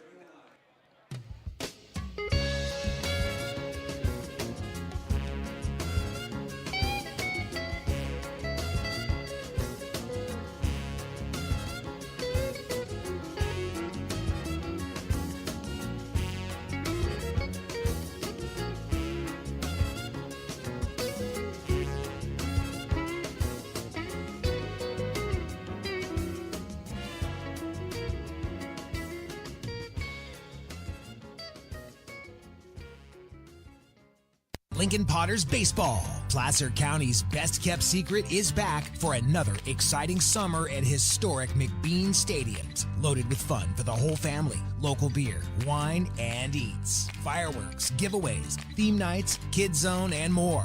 Come join in the fun and enjoy small-town baseball with Major League Entertainment. Tickets on sale now at LincolnPotters.com. Lincoln Potters Baseball. Come on out and join in the fun. Fourth quarter action from Beaver Stadium. Mark the Phantom Low, Jordan Georgeson with you. Stones McCoy in the sidelines. It's a 3rd down and 6, and a fumble covered up by the Golden Eagles, and that'll lose them about 3 yards and bring up a 4th down and 9 yards to go with the 36-yard line. And that's not at all what you wanted to see right there. If you're the Golden Eagles, everything is 4-down territory. You kind of had, well, actually, I stand corrected. They're trotting out the punt team, so maybe it's kind of the white flag from the Golden Eagles in this one.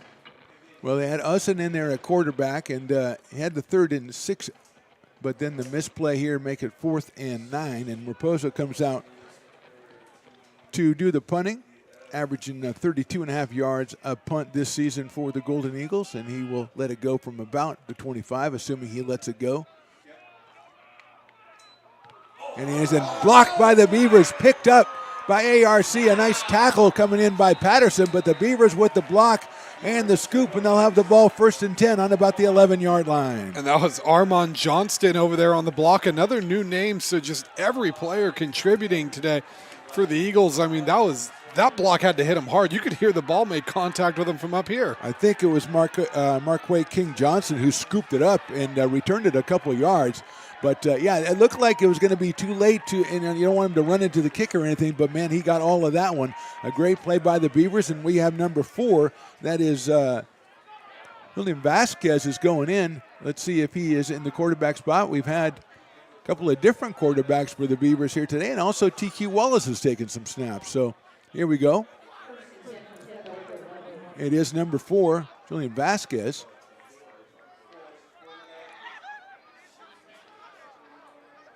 And that snap is over his head. He's going to try to cover it. He does. Turns around at the 20, and he's going to be tackled for a loss of about 10. And it goes a little bit too extreme.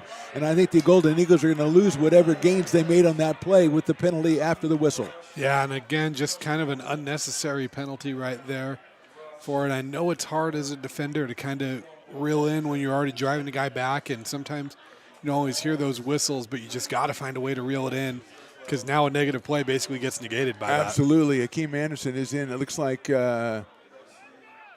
Noble and Porter come in as the wide receivers. Let's see who the quarterback is as we actually march off this penalty. And it is Vasquez still. Kind of tough on your first snap as the ball flies over your head by about 5 feet, and you come back and try to pick it up, and you look up and there's 4 guys in your way. So not a great way to start your day. Maybe that's one of those situations like, in the NHL when they make the rookie do like the lap alone. Maybe that's like, hey, welcome to college. Here's a snap over your head. Ball's on the 12-yard line. It should be 1st down, ball on the 12. Vasquez with Anderson behind him. Throws a quick pass out to the left side. Is caught out there and wrestled down for a gain of about 3. I believe that was Noble out there, or was it Porter? I believe that was actually Noble that reeled that one in. Kind of the first time they've turned to him today. He's been out there a lot, but first time we've called his number. Yeah, we saw that pattern early in the game and thrown out to Anderson one time, but we haven't seen it since then, and Vasquez gets his completion. He's had an incompletion on a 2-point conversion. He's also run one in, so he's been very busy today. And now he is in here with his team. 2nd down, ball on the 6-yard line, ball on the 7. He's got 6 yards to go for the 1st down. He's going to come back and throw it into the corner of the end zone. A push off by the Beavers, and the catch is made, I believe, by Xavier Porter, and that's a touchdown. And a perfectly placed ball there by Vasquez, and finds Porter another one. Kind of first time we've really called his number today. And if you look at how fired up these guys are, don't say this doesn't mean anything to these guys getting this college experience, because it feels like they're almost more fired up watching their teammates make the plays now. Absolutely. They got some second-team guys in there, and Porter obviously gets a lot of playing time, and he made an excellent catch. It looks like he might have used a little bit of, way to get himself open over there. I don't want to say it in a kind manner, but a nice pass, as you said, and a nice catch and a touchdown for the Beavers. It's 41-14 Cam Smith. Anything can happen on a Cam Smith extra point. That's what we've learned here today. That time he decides, hey, you know something? I'm just going to kick it. So he kicks it through, and it's 42-14 Beavers. Just under 13 minutes left to go in this one. I think that's kind of something. I mean, if we were going to make T-shirts for this AR football thing, I think the thing would be, anything can happen on a Cam Smith. That's a good point. one. Also, I do think don't mess with orange shoes. That's TQ Orange Shoes Wallace is another one. I'm just going to get, the TQ Orange Shoes Wallace, just the face, and then the orange shoes on the back or something. And just Diallo Washington. Just that's all you need. You don't even need anything else. You don't even need Washington. Just put Diallo on there. Yeah. All right, that sounds like a Star Wars character, like a nice little Diallo. Yeah, it does. Who would play Diallo in a movie? That's the question. Well, Denzel. I like that. There you go. Actually, you'd have to go younger Denzel, wouldn't you? We can go son, John David. Sacramento Perfect. Mountain Lions legend. Absolutely. Beavers taking their time sending the kicking team out for this kickoff. Smith is in the middle of them. 12:59 to go in this one. Beavers open it up to 42-14 on the pass from Vasquez to Xavier Porter. And like Coach O said, kind of just felt like a game to go out there, take control, and put away. And the Beavers have done exactly that. I think scored on every drive here in the second half so far. Yeah, you want to put a stamp on that. You're going to maybe have some second-team guys out there in this defensive set. You want to go ahead and get that stop. You talk about how great they feel for each other, and that would be another indication of that. That one is down at about the 3-yard line, returned by the Golden Eagles by Garn. He gets outside and is knocked out of bounds, and maybe that might be a late hit on a Beaver. He was a little bit far outside, but again, if that's a quarterback, that's a flag. But since it's a kick return, Jordan, it's just regular business. Yeah, I was a little surprised we didn't see the flag come in there either, but, I guess we have a different view, and maybe it looked a little more out of bounds from up here. But we watched too much TV and saw too many penalties being called. 24-yard line, first down. Let's see who is in for the Golden Eagles. Brody Osen returning, number 15.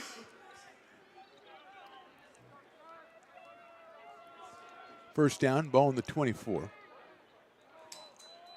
Pitches it out to the right to Jackson, trying to get himself some room, and he's got some. He's got one guy to beat. He runs him over and is out of bounds at about the 40-yard line, 42, a gain of about 18 yards for Jackson. I do love the mentality Jackson plays with. Is he just says, hey, if you're in my way, I'm just going to actually run you over and push you down. And, you don't always see running backs kind of like that, but with Jackson, he's framed 6'1", 220 pounds. He's a special player, and as long as he's on the field, the Golden Eagles are a threat to score on any play. Yeah, give him a gain of 16. Yeah, that's one of the times we've seen him with the most space he's had all day. Usually he's making the best of what he's got. That time he had a lot of room to move. First down, ball 40. Osen goes left side. He pitches it back to Patterson. But again, they tried that play earlier, and the Beavers are right on that one, a short gain on the play. Yeah, definitely. And it looks like the tough thing with that play, too, is when you have those two different options, you kind of have to keep your eye on one of them. And, a lot of quarterbacks will tend to stare down the guy that they're going to throw that ball to, and it makes it easy for a defense to read. Nolan King on the tackle there. Number 44 makes the play. Gain of 1, second and 9, 11:50 to go and counting here in the ball game. Beavers 42 and the Golden Eagles 14. Jackson behind Osen. Motion again, turn around the handoff to Janarius Jackson. No, he pulls it back out and hits Patterson on a short pass. A nice play by the Golden Eagles to take him inside Beaver territory down to about the 45-yard line. This is kind of how they wanted to use Patterson a little more today. It felt like they were going to his number a few times, but the Beavers just were sniffing it out every time, and now they're finally able to kind of turn him loose. Just unfortunately, it's a little too late now for there to be any type of comeback. Yeah, Patterson, 29 catches, 268 yards, and 3 touchdowns on the season. So he's been a frequent target of Michael Kearns or Brody Osen. But, again, a nice play there. Gives him the first down at the 46. Gain of 9. Olsen pulls it back to pass. He's got time. He's going to let it go down the middle of the field. Beavers playing safety, and it's an interception by ARC at the 11-yard line.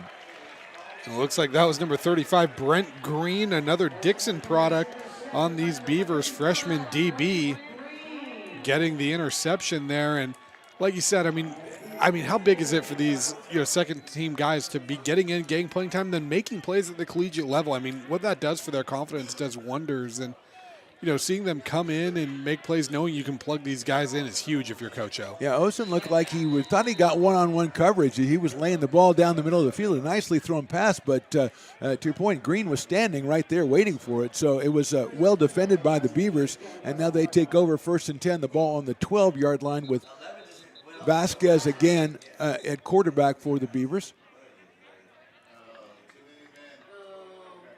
I think we might have had too many men on the field for the Beavers as one of them's running off, but I don't think it's in time. I think the penalty's already been called. Yeah, it's not even being discreet about it, too. It's No. a sneak off. I mean, he's just making it obvious. He should have taken off, went back to the parking garage or something. Like, Come this way. I'm parking my car. I mean. Yeah, don't come this way. Everybody knows you're on the field.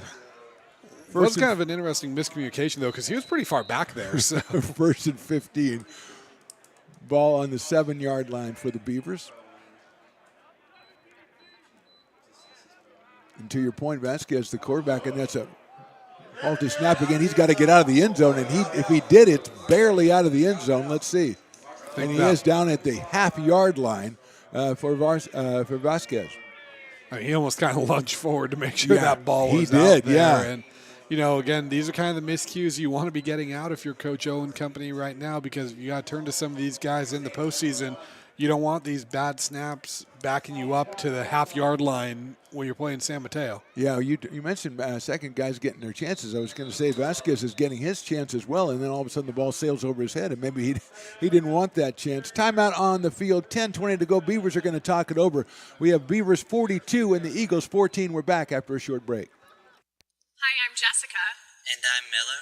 And we'd like to invite you to come see all that Miller's Ace Hardware has to offer and to give our happy and helpful staff a chance to earn your business. Whatever project you're working on, from lawn and garden to home repairs, you'll find everything you need at the new Miller's Ace Hardware. Power tools from the best name brands, and one of the largest selections of barbecues and barbecue accessories featuring brands like Traeger, Weber, and Big Green Egg. And if you're looking to freshen things up, visit the paint studio featuring Clark and Kensington, Benjamin Moore, and Magnolia Home by Joanna Gaines. Miller's Ace Hardware, where customer and community service meet. Located on the corner of Madison and Fair Oaks, behind the Ferrari building. When it comes... Hi, I'm Monica from Ace Body Shop in Towing. We are a family-oriented business. We've been in business for over 30 years. We are located downtown Lincoln at 333 Lincoln Boulevard in Lincoln, California. 10:20 to go in the ball game. Beavers 42 and the Golden Eagles 14. Beavers facing a third down here. Second down. Ball inside the 1-yard line. We'll be visiting with Stones McCoy right after this play. Turn around and hand off to the running back straight through the middle. He might have got out to the 2-yard line, get a little bit of breathing room for the Beavers. It's going to set up a third down and about 19 yards to go. And Stones McCoy, what do you got for us on the sidelines? Yeah, things getting a little chippy down here in the towards the end of the third quarter. Yeah. Things were getting chippy between the defense for Feather River, and during that timeout before Feather River punted last, Coach O was getting into the year and saying, "This is right here where we have to make a stand. Let's get our hands on this ball. Let's try to block this kick." And sure enough, they got that done, and they were able to turn that into points. Thanks, Stones McCoy. Good job today. We will talk to you after the game at the the company party and stuff. But you did a great job. Third down coming up for the Beavers. Ball on the 3. They've got to get 16 yards, make that 19 yards. They'll hand it off quickly, trying to come back up the middle, breaking through Anderson, and he's going to be stopped right about the line of scrimmage. And so the Beavers, Jordan, will be punting out of the shadow of their own end zone. Yeah, and that's something you never really want to do, and that play call is definitely one to try to get your punter a little more breathing room. But, hey, you never know how some of these punts have bounced today. I mean, yes, that's true. You never know which way it's going to go and what's going to happen. Right now, if you're the Beavers, I think you're just kind of playing this one safe and hope that there's no mistake that kind of bites you too hard right now. Yeah, you're going to watch out if you're Landon Richardson. You don't step on the end line back there. You don't have a lot of room to get this punt off. Garn out at the 40-yard line waiting for it. Snap is good. Kick is low, and it's going to take a bounce. That's actually Duran. He's going to let it roll. Probably could have had a chance to come up and get it, but he's going to go ahead and get the ball at the 41-yard line anyway. Yeah, and I think the Beavers were trying to get a roughing penalty, but I feel refs are kind of less or a little more reluctant to call those roughing penalties when you're punting out your own end zone because it's pretty tough as a defender to try to go block that thing or go after that thing and then not kind of make any contact with the punter there with so little room. Because it's a compacted area. You're snapping the ball from the 2 or 3 yard line. You don't have that much room back there. So first down, Brody Osen in at quarterback for the Golden Eagles. Jackson behind him. 8:42 to go in this one. Nash is in motion. He will get the handoff. He's got one guy to beat, but the Beavers, a tremendous job by the cornerback on the far side, will drag him down at the 38. And that was Ardoin again on that one, just really kind of making a name for himself today. Feels like he's been in a few pass defenses, couple deflections, couple big tackles. He's really all over the place right now. And we talked about it a couple of times, how the Golden Eagles like to utilize their wide receivers as running backs, and we speculated that the fly sweep or whatever it is, but they've done it a couple of times, but more times they've messed it up, and it's kind of bit them in the foot a little bit. Second down, 8 yards to go, so give him a gain of 2 on that first down play. Osen's going to turn around. He's going to hand it off to Jackson. He's got some room, goes up the middle, hit by King, but he'll get down to the 30-yard line and should be enough right on the line for a first down. Let's see. No, they're going to mark it at the 31, and here comes the yellow flag. And as Stones told us, things getting chippy down there on the field as we wind this one down. And let's see who the call is coming on. I think the way they're looking, it'll be marked off against the Golden Eagles. We'll see. No, it's against the Beavers. Dead ball personal foul. Maloney Sefa, he came up that play without his helmet on. He was frustrated about something. They gave a little shove right in front of the referee. Well after the whistle and away from the play, and they're going to call that every time. And I think if it's been getting chippy, I think the refs are going to be quicker on calling that to try to get control of this and not have anything get out of hand. Absolutely. As well, really they should. I mean, you like to see that anyway. It's the ball on the 16-yard line, first down. Coming down to 7:40 to go in the ball game. Osen with Jackson behind him in the backfield for the Golden Eagles. He'll turn around. It's an end around again, and we've got some room over here on the left side. Cutting in is Nash. He gets down. He rolls into the end zone. That's a touchdown. Golden Eagles, Jeremiah Nash. And second time that little end around has worked for them, and a great block out there by Trace Patterson on that. I mean, he really kind of made that play turn into, it could have been a 3-yard gain, end up in 6 points for the Golden Eagles. You saw that one coming. They did the fake. They had the guy coming through. Then they got a guy coming through the other way. Like you mentioned, the touchdown in the first half was the same way, going the other way. And Raposo will come in and try for the extra point to make it 42-21 for the Golden Eagles. And it looks good. It is good. So the Golden Eagles, who averaged 26, they have 21. They give up 41. They've given up 42. So they're right kind of on their season average today, Yeah, Jordan. it kind of feels like this is what we expected. And, Frisky Golden Eagles team that, to their credit, they've hung around this one all day. And AR just kind of, they started putting the nail in the coffin. And even now, with the deck kind of stuck against them, they're still not going away. And, I mean, credit to them. They came in here and they were trying to play spoiler, and they gave the Beavers all they could handle. Yeah, and Jackson, a very impressive running back. I mean, I think we'll see more of him in the future, not only when he gets space, but when he's hit by guys, he knocks them over. As you mentioned, going at 230, it's kind of tough to bring him down. Beavers have actually done a good job on most of the plays, but as we talked about, as you said earlier, you'd stop him on 2 or 3 plays, then he gets the one big play, and he's had a couple of those here today, and that has helped the Golden Eagles put up 21 points. Beavers will be alert to perhaps the onside kick coming from the Feather River Golden Eagles, down by 3 touchdowns with 7:25 to go. Bozo with the kick, and he will drive it, a line drive down there. TQ Wallace is going to let it bounce. He's going to have to pick it up as a live ball. He does at the 13, comes right up the middle, 30, 35, cuts to the outside. The angle right there knocks him out at the 43. That's a good play by number 14. That is Ethan Garn, who usually is returning the punts. That time he knocked out Wallace on the kickoff, and TQ's just had himself a game today, Jordan. He really has. He's making plays all around the field, and even that play right there, I mean, the weird bounce and spin on that ball kind of is something that as a coach you kind of look at going, okay, how's this play going to develop? And him picking it up and turning it into that, I mean, just kind of indicative of what he's done all day today. Is we see an orange shoe go flying, so I don't know what's going on there. I don't know what that's all about. 45-yard line. Vasquez in as the quarterback again. Hakeem Anderson is behind him. Now we're trying to get that snap from center down. That's the first point we've got to work on if you're Coach O and the offense. To pitch to Anderson on the left side. It might have a hold out there on the end. Ectorinas got on his man, but no call. But still a no gain on the play for Anderson. It'll bring up a second down and 10 yards to go. Yeah, I think now if you're the Beavers, the big thing in this one is just, hey, again, how can we execute? But also, I don't think you're snapping the ball unless there's less than 5 seconds left on that play clock. Just kind of chew this one away. You're thinking first downs rather than touchdowns. TQ Wallace goes over the side. He just faked out the water cooler and made 5 yards. And he is doesn't look like he's slated for any action on this series as Anderson is handling the running back duties. Vasquez brings his team up to the line of scrimmage with 6:35 to go in the game. Golden Eagles showing pressure coming up the middle. Turn around and hand off to Anderson. Akeem kicks it outside. We're going to have flags flying all over the place, and Anderson goes down at about the 47-yard line. But we're going to have to adjudicate this one before we figure out where we are for the next down. Yeah, whatever the referees saw, we couldn't really see it in the scrum there, but they all clearly saw it because they're flying from all angles, and the accuracy of where they threw tremendous. it. I mean, all different spots on the field, and those flags landed in basically the same spot.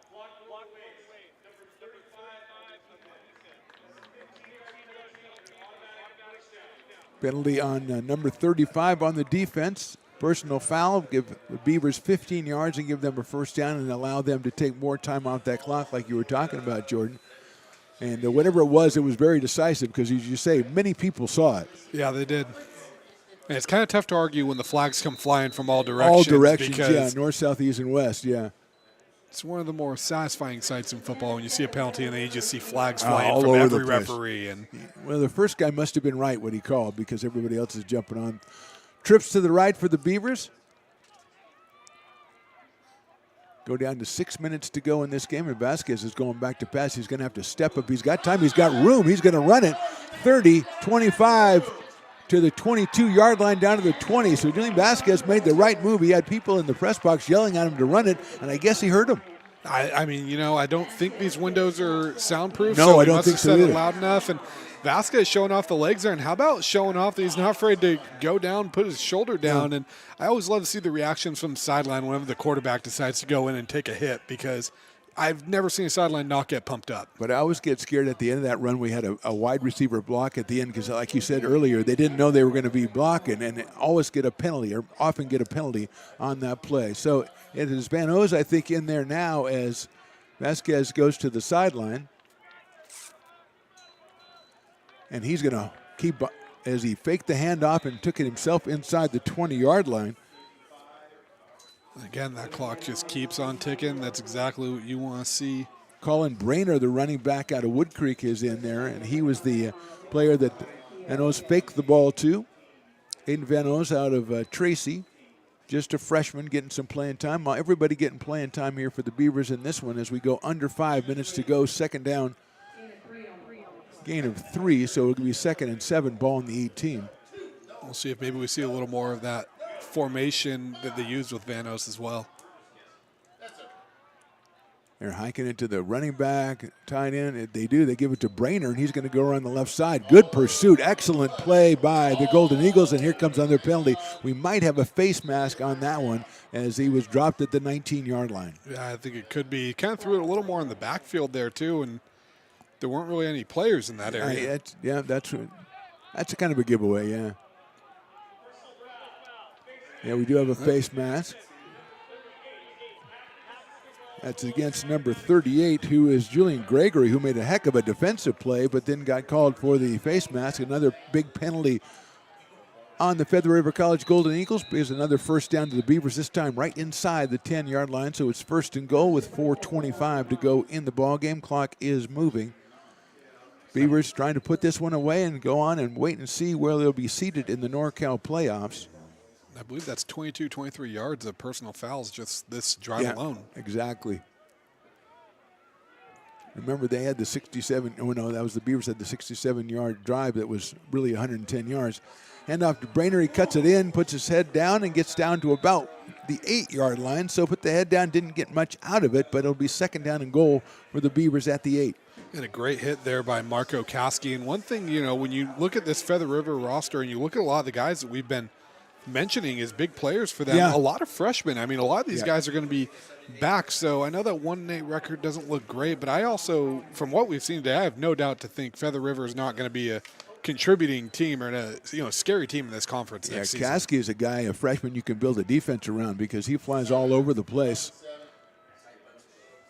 Second down, 7 yards to go at the 7-yard line. Van Oos turns and hands it. We're going to get the whistle right away. Might have had too much time. Let's see. Flag on the play, 3:19 to go.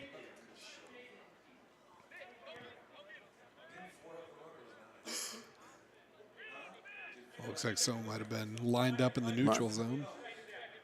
Call against the Beavers, so they'll go back 5 yards to the 12-yard line. Well, strange because he motioned offsides, but yeah. Van Oos, Vasquez, Harris. Beavers have had a trio of quarterbacks, and Wallace has also taken snaps from center, so technically I guess you could say 4 quarterbacks. They lead this one 42-21. We go under 3 minutes to go. We'll have a post-game wrap right after this game, after a short break on the broadcast network. There's a pass into the corner, fade route, a little hand fighting there. Was the catch made? Let's see. Yes, it was. Touchdown, Beavers. Van Oos with the touchdown pass.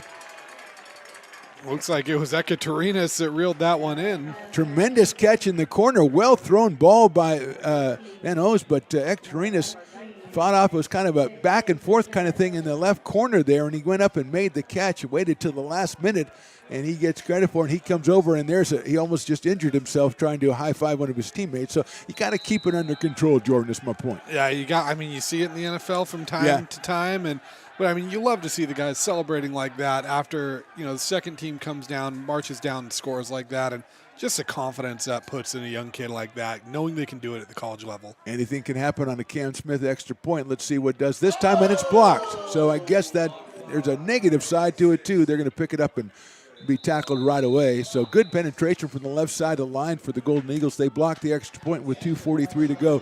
Beavers 48 and the Golden Eagles 21. And that does qualify under the anything that yes, can happen it does. thing. And I think we've had different results on almost every Cam Smith extra point today. It does. It does qualify under that. I just didn't want that to be part of it. I didn't want, because Cam's been kicking the ball really well, and we had the try for 2 one time that didn't work. We had a try for 2 when the holder ran it in. We've had it blocked. We've had it be good. We've had all kinds of stuff going on today, and the Beavers will be kicking it off now with 2:43 to go. And a nice lead here at 48-21. Just about sometimes, like we said, you go by the numbers. The Golden Eagles give up 41 points a game and score 26.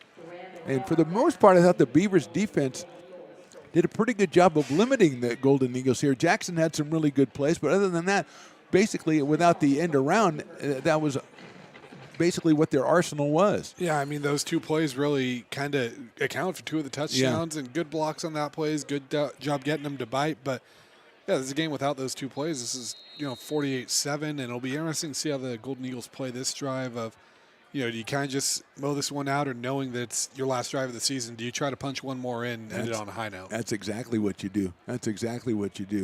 Cam Smith will kick it off. Duran and Karn waiting for it on the goal line. He's going to pop that one up, a little wedge caught at the 25, a free fair catch by Patterson. That'll put the ball at the 30, I believe, for the Golden Eagles. They will start this drive from there. 2:43 to go in the ball game. Beavers 48 and Golden Eagles 21. We'll see who the quarterback is for the Golden Eagles. They're also bringing out their extra guys here. They've had Osen and Carnes, the quarterbacks so far. Let's see if it is going to be Brody Osen. He came in today 34 of 51 for 356 and a touchdown and an interception. New running back there for the Golden Eagles. And Osen's going to hold on to it. He's being pursued. He throws it. He's got a guy open but can't get it to him. That's Duran, number 18, at about the 35 with the ball at his feet. Will bring up a second down. No, it was Ramon Johnston that was kind of in his face right there, providing the pressure. He's the one that blocked the punt earlier in this one. So good job by him, and really getting his name out there and his playing time tonight. There's going to be a lot of different Beavers who have highlights today. You're going to have a highlight package. You're going to have a lot of different Beavers who are included in that highlight package. You mentioned the block punt and a lot of stuff going on. TQ Wallace, of course, was tremendous in this one with a couple of touchdowns.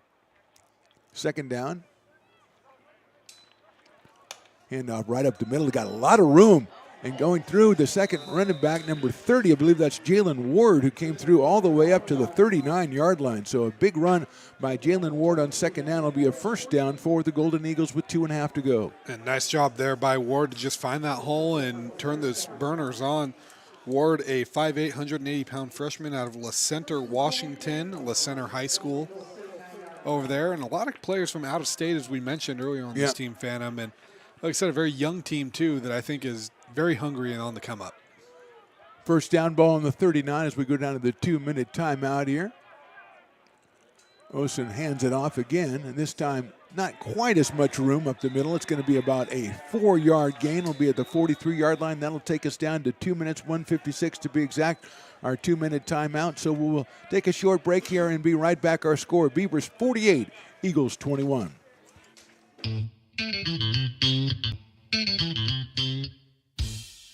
I love baking. I've been doing it my whole life. Grateful Bread was started because I needed the job. It always used to seem like bread was just an afterthought, and which was always kind of disappointing. But now, as not only people, foodies and people eating, they're expecting better quality, and people notice it, they can see it. Lincoln Potters Baseball. Placer County's best-kept secret is back for another exciting summer at historic McBean Stadiums. Loaded with fun for the whole family, local beer, wine, and eats. Fireworks, giveaways, theme nights, kids zone, and more. Come join in the fun and enjoy small-town baseball with Major League Entertainment. Tickets on sale now at LincolnPotters.com. Lincoln Potters Baseball. Come on out and join in the fun. 1:56 to go here from Beaver Stadium. Beavers on top 48-21. Golden Eagles with the ball at the 43-yard line. 2nd and 6. Osen hands it off around the right end. And it is Ethan Garn with the ball. He is dropped down at the 47. And again, Jordan, we've seen, for once we talked about this a couple times, how many carries they have by wide receivers, and they look pretty honestly, they give the ball to the wide receivers a lot. Yeah, they definitely keep these guys emotionalized. We have a little laundry on the field, and they're good with this play action because I really read that one. I thought that was going to Carlos Lopez, number 29, the running back who's listed as a DB on there. Let's see what the call is here, as we did have flag. It's going to be against the Beavers, and that will be put down at the 48-yard line. That would not be a first down. Let's see. Be just short of a first down, so it'll bring up 2nd and less than 1.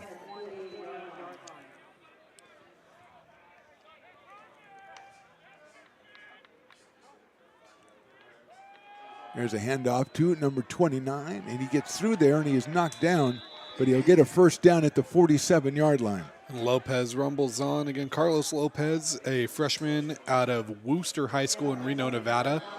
Wooster High School, one of my favorite high school names out here. Absolutely. It sounds like Lane Staley singing with a lisp. And what's their mascot? They're the Colts, I believe, and I know that Wooster because Colts? that was my dad's high school rival. He went to Reno High School. Him and Wooster, they don't get along. Yeah, so he's probably rooting against this. No, we don't want to bring that into the table. No, come on now. Under a minute to go. Osen follows his running back through. He's going to get about 6 or 7 yards before he's met by a couple of Beavers, and it will be 2nd down. And that's the second time we've seen Osen kind of tuck the ball and run, and he's shown off. Once he gets up to speed, he gets it going, and he's got some good legs there. Yeah, give him a gain of 4 on the play. 2nd and 6 for Osen as we're at 30 seconds to go in the ball game. Garn gets it again, going around the right side. Diallo Washington said, I've seen that play like a half dozen times. I think I'm going to tackle again. That's exactly what he did. Yeah, Washington there, and then Kasai Cox, a freshman DB out of Vanden High School, just 5'7", 160, but getting in there and making a play there for the Beavers. And that is going to be the final play of the game, and it's Della Washington fittingly getting the final tackle as the time ticks off and the game is over. The Beavers improved to 7-3 on the season. They won their 6th straight. They finished conference play at 5-0. They are an undefeated conference champion. Our final score, Beavers 48, Golden Eagles 21. We're back with our postgame right after this on the Stone Broadcast Networks.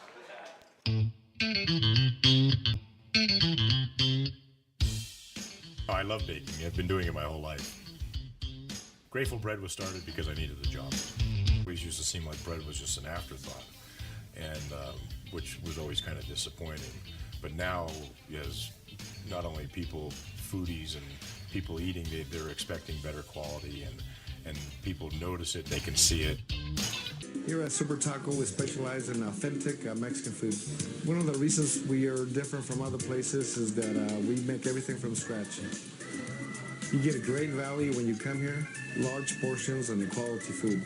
Our most popular dishes are many different kind of tacos. We have giant burritos, different kinds of enchiladas, and the fajita. If you're ready for real Mexican food, stop in at a Super Taco. We love to see you. Hi, I'm Monica from Ace Body Shop in Towing. We are a family-oriented business. We've been in business for over 30 years. We are located downtown Lincoln at 333 Lincoln Boulevard in Lincoln, California. We do automotive repair and 24-hour towing. Our phone number is 916-645-2859, or you can find us on the web.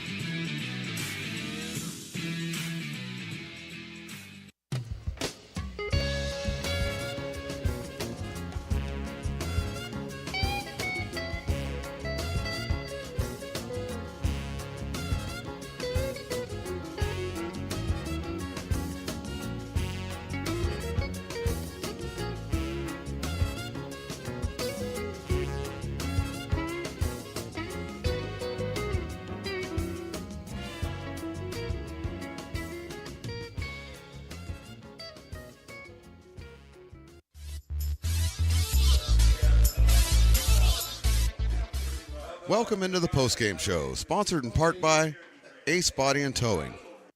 Well, Jordan Georgeson, we talked about it before the game, how the Beavers are going to compensate for the absence of Elias Brown, the 1,000-yard running back. And it looks like, if I'm looking at my notes here, I got Akeem Anderson, I've got Jaden Anderson, I've got Porter, I've got Correa, and I've got 2 by Wallace. That, that's some of the touchdowns the Beavers scored. So it sounds like they accommodated the absence of Elias Brown pretty well. Yeah, they did. I mean, they moved the ball well on the ground. TQ Wallace kind of had a little bit of a, I don't want to say a coming out party because we're familiar with him, but I guess a congratulations on your promotion at work party, because he handled the workload today and he did just fine. I mean, the 70-yard touchdown highlighting it.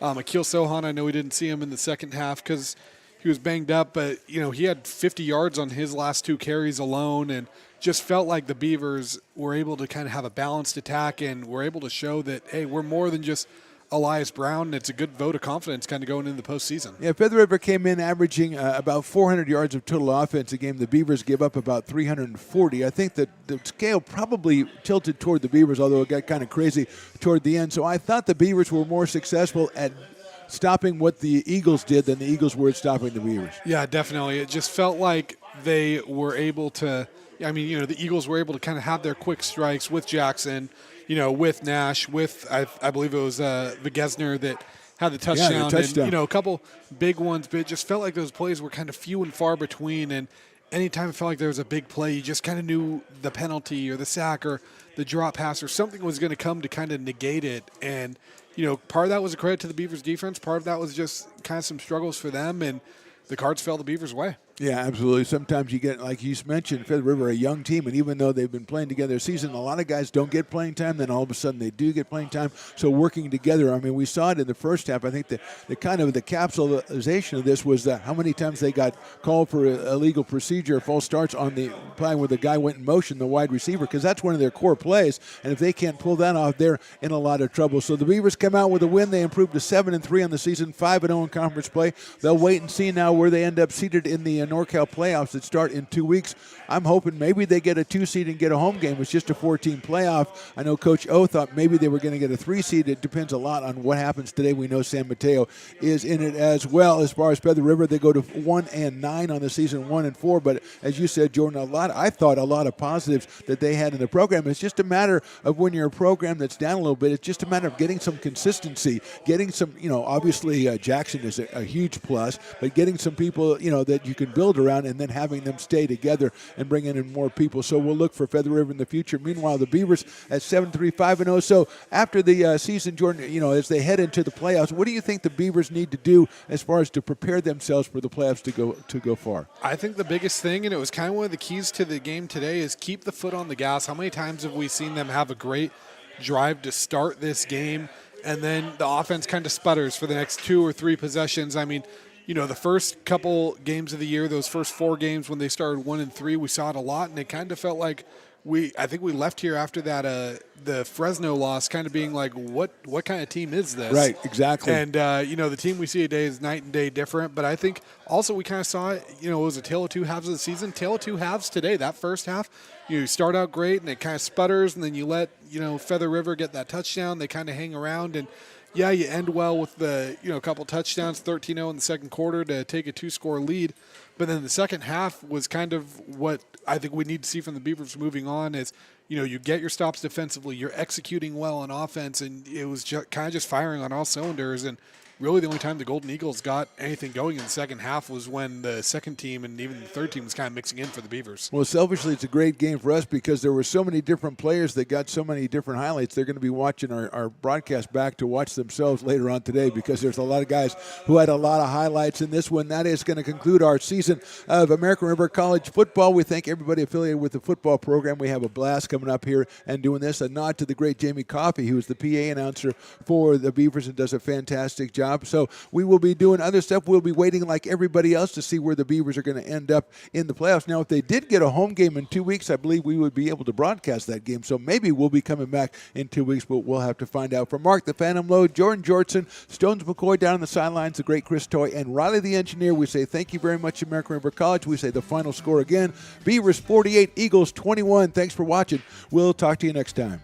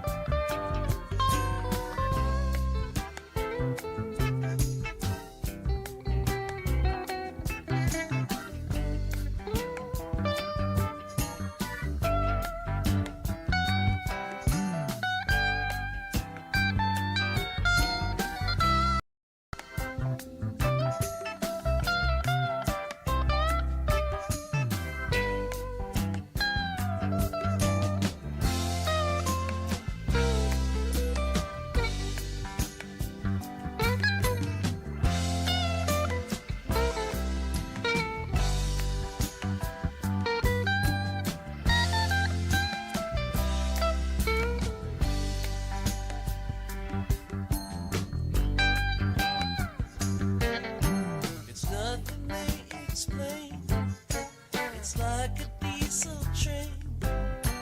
You better not be there when it rolls home.